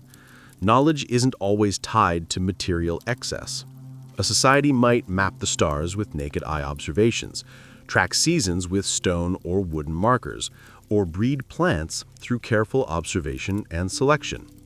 They might tell time with water, compute with knots or beads, pass down knowledge through encoded song. Nothing in those systems demands metal, only continuity. And if that continuity breaks, by natural disaster, disease, migration, the knowledge can be lost just as quickly as the tools decay. Language especially is fragile. Spoken words vanish with the speaker. If not written or carved, they disappear entirely. And even written records can fade. Paper burns. Bark and leaves decay. Inscriptions in sand, dust, paint, or wood don't last unless intentionally preserved. So if a civilization never developed a durable script or never needed one, we might never know it existed. And then there's the question of scale. Not all civilizations build cities. Some remain mobile. Some blend into their ecosystems. Some value impermanence. Our definition of advanced is biased toward what leaves big footprints. Architecture, pollution, energy use. But those are cultural choices, not inevitable steps. A society could be technologically sophisticated, even philosophically advanced, and still choose to live in ways that minimize its geological impact, especially if it learned through experience or disaster that high-impact lifestyles lead to collapse. In that case, what signs would remain? Perhaps modified landscapes, terraced hillsides, altered river paths, plant species growing far from their origin points, maybe traces of fire management, soil enrichment, or intentional biodiversity patterns. But these things are subtle. They blend into natural processes, and they're easy to overlook or to interpret as accidental. We already see this in our own world. Amazonian terra pria, dark, fertile soil enriched by ancient communities, is still not fully understood. It contains charcoal, bone, pottery, shards, and organic matter layered in ways that suggest deliberate engineering. But it doesn't look like a city. It looks like dirt. And for a long time, it was dismissed as just another soil type. Only now are researchers beginning to realize it might be the legacy of a complex, organized society with deep agricultural knowledge and landscape control. If something similar had happened 100 million years ago, with less pottery, fewer tools, and entirely biodegradable structures, it might never be noticed at all. Especially if it happened in a region that's now underwater, eroded, or tectonically subducted. So civilizations without metal may not be lost because they failed. They may be lost because they succeeded in living lightly, in blending with their environment, in valuing cycles over monuments. And from a preservation standpoint, that success becomes invisibility. We tend to think of progress as a trail of artifacts, but the absence of those artifacts isn't always a lack. Sometimes it's a decision or a consequence of different priorities, or simply the result of being erased by time, which never promised to keep our records in the first place. Next, we'll look at the silence this all leaves behind. Not just the physical gaps, but the deeper uncertainty. Because even with everything we know about geology, archaeology, and history, there are still places where nothing speaks. And that silence might be telling us something, or hiding something that once did. Soil holds memory, but it doesn't speak loudly. It remembers what grew, what died, what burned, what passed through. It records footsteps sometimes. It absorbs blood, ash, rainfall, decay. But it doesn't shout its history. It holds on to it quietly, and only in pieces. If you dig into it with the right tools, you can sometimes find a story. But more often, you find silence. And in that silence, we start to realize just how fragile the record of a civilization really is. We think of soil as surface, but in many ways it's an interface, a transition zone between the living and the non-living. It's where biology meets geology. Every leaf that falls, every organism that dies, every root that pushes through it is shaping the layer beneath us. And over time, those layers compact, they fade into sediment, and if they're buried deep enough, they become stone. But most soil doesn't last that long. Most of it is turned over, eroded, washed away. So the traces that do survive are rare, and those that do often don't tell you much on their own. There are places where soil carries a clear signal of past life. Ancient hearths leave behind char. Collapsed homes leave behind organic stains. Burial sites show patterns of human activity, decoloration, disturbed layering, chemical shifts from decaying bodies and offerings. But these signs are fragile. Even a few thousand years of weather or agricultural activity can erase them. And in geological time, they don't hold up well unless sealed in an unusually stable environment. Frozen tundra, arid deserts, peat bogs. They break down. This is part of why most ancient civilizations are found through stone and metal, not soil. The information in dirt doesn't last without context, and when it's stripped of that context, disconnected from artifacts, architecture, or clear stratigraphy, it stops telling a coherent story. It becomes noise, or it becomes nothing. Still, researchers have begun to develop better ways to read that silence. Archaeobot, for example, studies tiny plant remains, pollen grains, phytoliths, seeds to reconstruct ancient landscapes. Geoarchaeologists look at soil chemistry, texture, and layering to infer human activity. Blackened soil layers might suggest controlled burning. Phosphate concentrations might indicate habitation or waste disposal. Unusually fertile patches might point to long-term agriculture. But even these clues require interpretation. High phosphate doesn't automatically mean people lived there. It could come from animals. Dark soil might be a hearth or a lightning strike. Soil enriched by charcoal might be deliberate, like Amazonian Cara Preta, or just the result of a firestorm. Without context, without repeated patterns, these traces don't rise above the background of natural variation. And so when we ask whether another civilization might have existed in the deep past, we have to face this reality. Soil won't confirm it. Not alone, not after millions of years. Because even if such a civilization once altered the land, grew crops, built homes, shaped environments, those changes would almost certainly have been reabsorbed, worked back into the matrix, turned over, washed out, compressed, or simply erased. It's a difficult idea to accept that a whole society, its knowledge, its cities, its memory could vanish so completely that even the ground it stood on forgets it. But that's the nature of time. Not cruel, just indifferent. If nothing resists, nothing remains. And soil as a medium doesn't resist much. It cooperates. It recycles. It keeps the cycle moving. And there's another problem. Even if a few residues do survive, how would we know they weren't natural?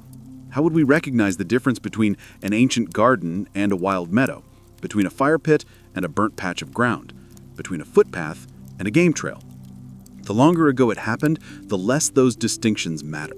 At a certain point, activity and accident become indistinguishable. We also have to consider that what survives is not necessarily what mattered most. Stories don't fossilize. Relationships don't show up in core samples. Songs, rituals, ideas, they leave no chemical marker. And even when objects survive, their meaning often doesn't. We found ancient tools we still don't understand, languages we can't read, symbols we can't decode, and those were from civilizations we know existed. The gap left by an unknown one would be even wider. So when we sift the soil for answers, we have to be honest about what we're looking for and what we're willing to recognize as significant. A strange chemical spike, an unusually fertile band of earth, a layer of char in an unexpected place. Are these signs of intelligence or just noise? The line is blurry, and in deep time, it's almost invisible. But the silence itself is a kind of answer. It tells us that even intelligence, even culture, can pass without notice. That the earth doesn't differentiate between life that shaped itself through instinct and life that shaped itself through thought. And then unless something lasts, something durable, strange, unmistakably artificial, it will be lost to the cycle. Just another layer, just another shade in the soil. Next, we'll turn from silence to speculation, not about what we'd find if they existed, but what they might find if we disappeared. Because imagining how our own civilization might look from the future gives us the clearest window into what traces a lost one might leave, and what it would take to notice them at all. If humanity vanished tomorrow, the world would notice at first. Silence in the cities, lights going out, planes grounded, roads empty. But in geological time, that silence wouldn't last. Our absence would register for a moment, then begin to dissolve. What would remain, though, is the question that connects directly to everything we've asked so far. Not what we are while alive, but what part of us might persist when there's no one to explain it. If future beings, human or otherwise, ever looked back at the layers we're building now, what would they actually find? Some signals would be unmistakable. The chemical composition of our atmosphere, for example, is already changing in ways that are visible in ice cores and ocean sediments. Carbon dioxide levels are spiking at a rate unprecedented in the last several million years. Methane concentrations are up. Nitrogen cycles have been altered by fertilizer use. These changes are global and synchronous, sharp, unnatural spikes in what had been a relatively stable pattern. Even without knowing the cause, geochemists would see that something big happened during our time. Plastics are another marker. Synthetic polymers are being deposited almost everywhere. Landfills, rivers, oceans, mountain snow. Microplastics are found in marine sediments, in fish, in human blood. They're resistant to decay in many environments, and even if broken down into smaller fragments, their chemical fingerprints might remain. Future researchers might find thin layers of microplastic-infused sediment appearing abruptly in the geological record and distributed planet-wide. They'd stand out not because plastic is indestructible, but because it's distinct, unnatural, a layer made of things the planet never made on its own. We're also altering the mineral composition of the planet in subtle ways. Industrial processes create new minerals, some never before seen on Earth. Fly ash from coal combustion, slag from metal smelting, concrete particles, synthetic pigments, artificial alloys. These technofossils are forming now, often embedded in concrete or buried in landfills. In the distant future, they might show up as anomalous inclusions in sedimentary rock, sharp-edged fragments with precise ratios of elements that don't naturally cluster together. Then there's radiation, Above-ground nuclear testing in the mid-20th century scattered isotopes across the globe, cesium-137, plutonium-239, and others. These isotopes decay at known rates, but they're measurable even now in soil, ice, and the bones of animals. The radioactive signature from this brief but intense period could persist for tens of thousands of years, possibly longer in shielded environments. To a future observer, it would look like a sudden burst of radiation with no apparent natural cause. Our cities, ironically, wouldn't last long. Above ground, buildings would collapse from neglect within decades. Steel rusts, concrete cracks, glass shatters, rebar expands, plant roots pry open foundations, moisture seeps into every crevice. In 1,000 years, most structures would be unrecognizable, buried, eroded, overtaken by forest or desert. In 10,000 years, you'd have to dig to find the remains at all. Only in places where urban layers are rapidly buried by flood, landslide, or volcanic ash might intact structures survive long enough to fossilize.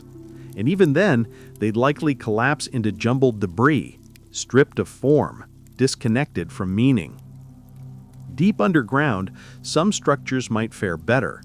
Subways, bunkers, mines, waste repositories, anything sealed from the surface might last much longer, especially if they're in geologically stable regions.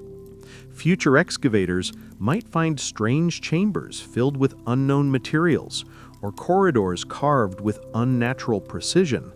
But without records, without context, those too would be difficult to interpret. A data center might look like a cave. A missile silo might look like a natural void lined with strange minerals. Our machines, cars, phones, airplanes, satellites wouldn't age gracefully. Metal corrodes, wiring breaks down, plastics degrade. Buried in sediment, a few might last longer in partial form. Engines fossilized in place, circuit boards turned into mineral composites. But most of our technology is designed to function, not endure. And once function is lost, the shape quickly follows. Our data is even more vulnerable. Magnetic drives lose coherence. Optical disks degrade. Solid-state storage can't hold charge indefinitely. The vast sum of our recorded knowledge, books, films, digital archives, would vanish unless preserved by accident. Carved stone lasts, etched metal plates might, but hard drives almost certainly not. Our entire digital culture could become a blank spot in the sediment, known only by what else was changing chemically while we were alive. Agriculture might leave longer fingerprints. The global reshaping of ecosystems, cleared forests, terraced hills, monoculture fields, has changed erosion patterns, soil chemistry, even plant evolution. Thousands of years from now, fossilized pollen might show sudden dominance of just a few species. Patterns of deforestation might leave odd carbon signatures in sediment. Future botanists could infer widespread cultivation. But again, without tools or texts, it's a partial story. Agriculture without farmers. Domesticated animals leave bones. They might show up clustered around ancient settlement sites. Dogs, cattle, sheep, pigs, all genetically distinct from their wild ancestors.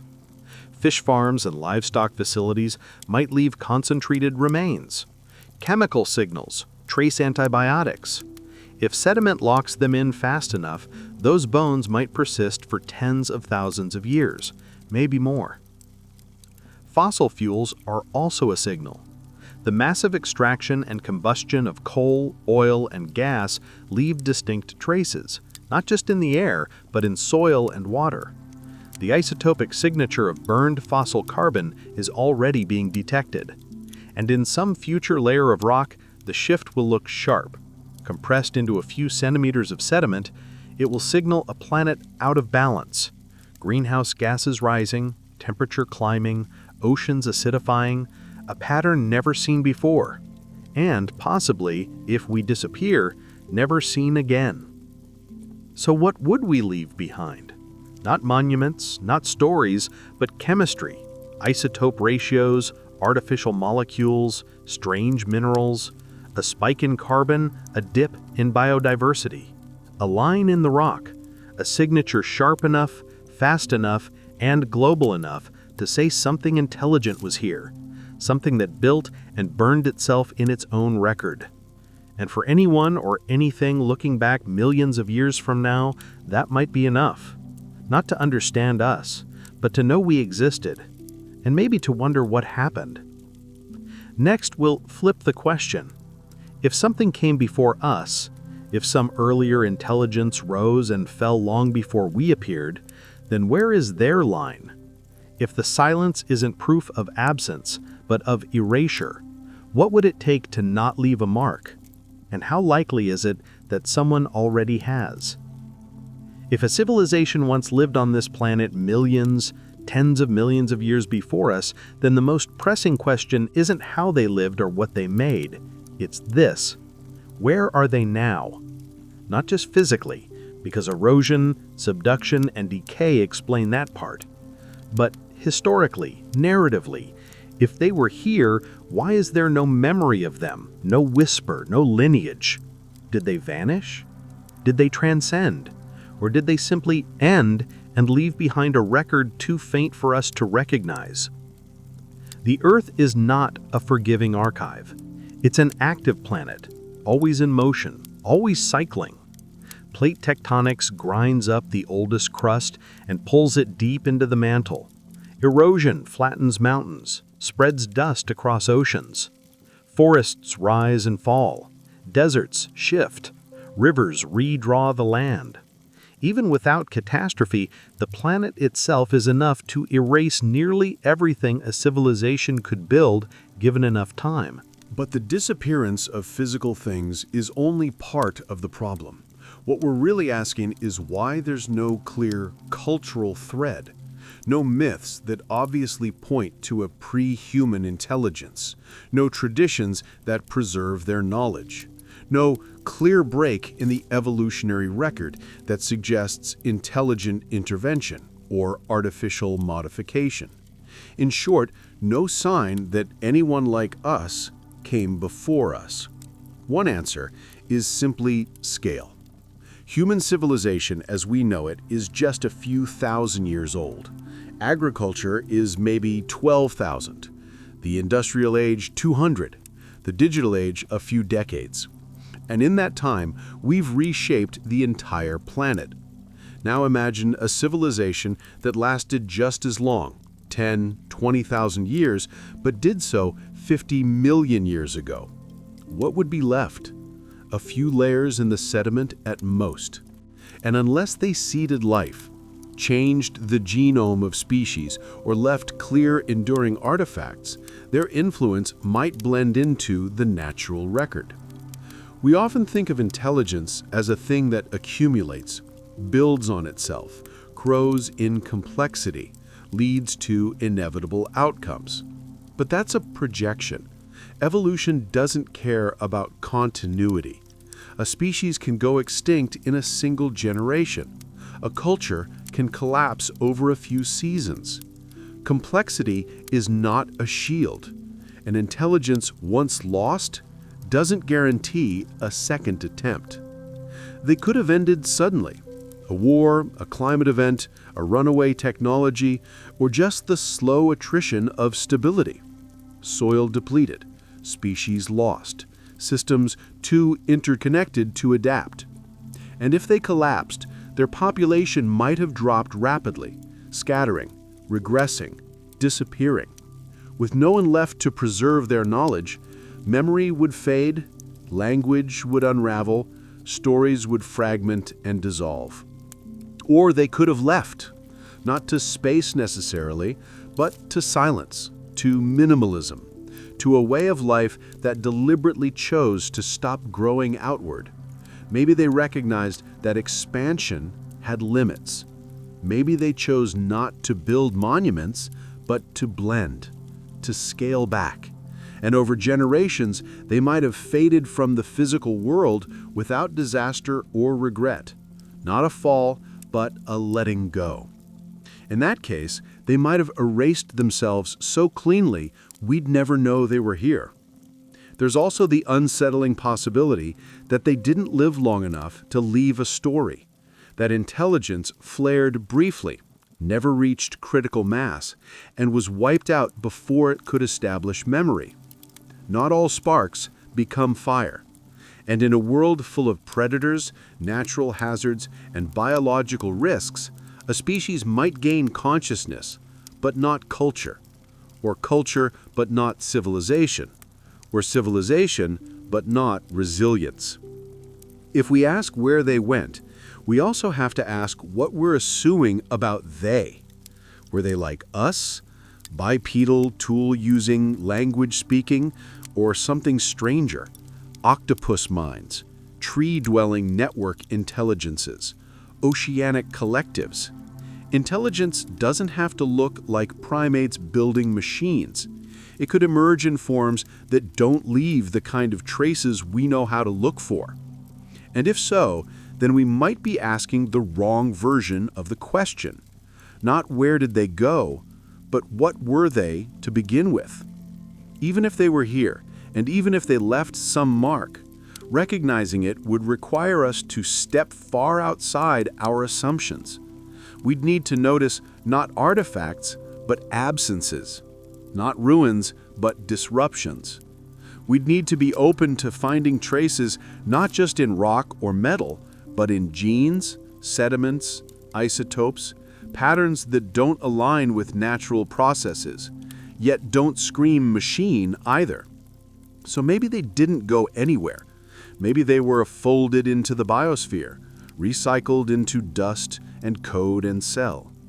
Maybe we've already dug through their cities without knowing it. Maybe the silicon in our microchips was once the foundation of their homes. Maybe their legacy isn't gone, just scrambled, diluted, repurposed by the relentless metabolism of the Earth. Or maybe in some form they're still here. Not biologically, not consciously, but embedded in the systems they left behind. Reshaped ecosystems, redirected rivers, modified genomes, structures too old to be labeled, too strange to be claimed, too ambiguous to be remembered. Remnants that don't announce themselves because they no longer recognize us as their audience. The deeper we dig, the more we understand that loss isn't always loud. Endings don't always come with warning. And disappearance, especially on a planet like this, can be complete. Next, we'll ask a harder question. Not whether a past civilization existed, but whether we'd believe it even if we found the evidence. Because knowledge isn't just about data. It's about recognition. And belief, when it comes to rewriting the story of who came before us, has always been the hardest part. Humility isn't something science demands, but it is something the universe tends to enforce. Every time we've assumed we were at the center of things, we've been moved outward. First from the Earth, then from the Sun, then from any special place in the galaxy. And now, when we look at the deep past of our own planet and ask if we were the first to reach this level of awareness, we face another kind of decentralization, one that doesn't say we weren't first, but gently reminds us we might not know either way. This is the humbling possibility that intelligence is not unique, that it can arise more than once on the same planet, and that it can vanish so thoroughly we wouldn't even notice. Not because it didn't leave traces, but because we've already explained those traces away or never saw them in the first place. We tend to think that if something important happened, it would be obvious. But that belief assumes permanence is normal. It isn't. The vast majority of human history has been lost, even from the last 10,000 years. Entire cultures left no written records. Entire cities left no visible ruins. How much more could be missing from 10 million years ago, or 100? The geological record isn't a book. It's a puzzle missing most of its pieces, with no picture on the box. And we only notice pieces that contrast sharply with the rest. Something black in a white layer, something jagged in a smooth one. The strange things get attention. The subtle ones disappear into the background. This is why the idea of a pre-human civilization is so difficult to explore. Not because it's absurd, but because it exists in the exact space where evidence is weakest and interpretation is softest. It requires science to make room for doubt without abandoning rigor, to hold space for the unknown without filling it with fantasy. Most scientists don't resist the idea out of arrogance, they resist it out of training. Extraordinary claims require extraordinary evidence, and so far there isn't any. No machine parts in Permian rock, no coded messages in carbon layers, no structure, signal, or relic that requires intelligent origin and excludes all natural ones. But absence of evidence isn't evidence of absence. And sometimes the scale of time is so large that silence becomes the dominant feature. Not because nothing happened, but because the earth is good at forgetting. And that's where humility returns, not as a surrender, but as a way of staying honest. We don't know if we're the first. We may never know. And if we aren't, we may never find the proof. And if we do find it, we may not recognize it for what it is. Even now, as we map anomalies, study extinction events, trace chemical signals through the sediment, we're limited by what we expect to see. A buried city. We know how to interpret that. A spike in iridium or carbon, maybe a meteor, maybe a fire, maybe something else. But it takes effort to see a pattern that doesn't already match one we've studied before. And this limitation isn't just scientific, it's emotional, cultural. If we accept that something like us came before us and disappeared, it reshapes what we think of as inevitable. Progress becomes fragile, civilization becomes brief, and intelligence becomes less of a crown and more of a chance, a thing that might come and come again, or not. There's also the question of meaning. If there was someone before us, someone who built, dreamed, wondered, failed, what does that mean for us now? Does it make us less special or more connected? Are we their continuation or their replacement? Are we repeating mistakes they made or following a new path they never walked? We don't know. And that not knowing is part of the point. It's possible that the most lasting legacy of a prior civilization isn't material at all. It's conceptual. It's the very idea that they could have existed, that we might not be the first, and that someday someone might ask the same question about us. What will they see when they look back? A spike of carbon? A scattering of plastic? A brief shimmer in the sediment? Will they call it a civilization? Will they call it a tragedy? Will they call it proof that they are not alone? We imagine the past as something fixed, but it isn't.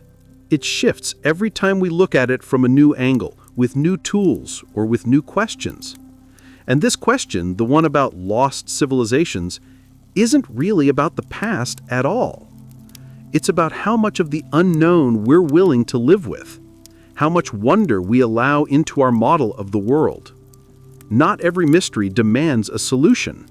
Some just want to be acknowledged, and this one, maybe more than any, asks us not for belief, but for attention. Soon we'll bring this journey to a close, not with an answer, but with a pause. Because for all we've asked, all we've speculated, the night still holds more than we can grasp. And maybe that's enough for now. So here we are, at the quiet edge of the question, after all the digging, all the wondering, all the long walks through layers of stone and memory. And maybe we're left not with certainty, but with stillness. And in that stillness, something gentle happens. The question softens, not because it's answered, but because it's been heard. Maybe we are the first, maybe we're not. Maybe intelligence is rare, or maybe it's shy. Maybe it blooms in hidden corners and fades before it leaves a mark. Maybe the Earth has carried more minds than we'll ever know, each flickering into awareness, shaping their time, then slipping quietly beneath the next layer. We search because it's what minds do, not just to find, but to reach through time, through space, through possibility. The same curiosity that sends probes to other planets sends thoughts into the past, asking who else might have stood where we now stand, looking up, wondering, listening. And you, right now, wherever you are, whenever it is, you're part of that. Part of the long thread that ties questions to silence and silence to story. Even just by listening, by following this trail of thoughts through the dark, you're participating in something deeply human, or maybe not just human, maybe conscious, maybe universal. Because sleep, too, is a kind of deep time, a letting go of the surface, a sinking into layers. And when you drift off tonight, you'll be entering a space not so different from the one we've explored. Quiet, vast, unlit by certainty. And maybe, just maybe, somewhere in that stillness, the minds that came before, if they came at all, will meet yours in passing, not with answers, but with company. So, rest now, not because the questions are over, but because you've carried them far enough for one night. The past will wait, the earth will keep spinning, and whatever came before,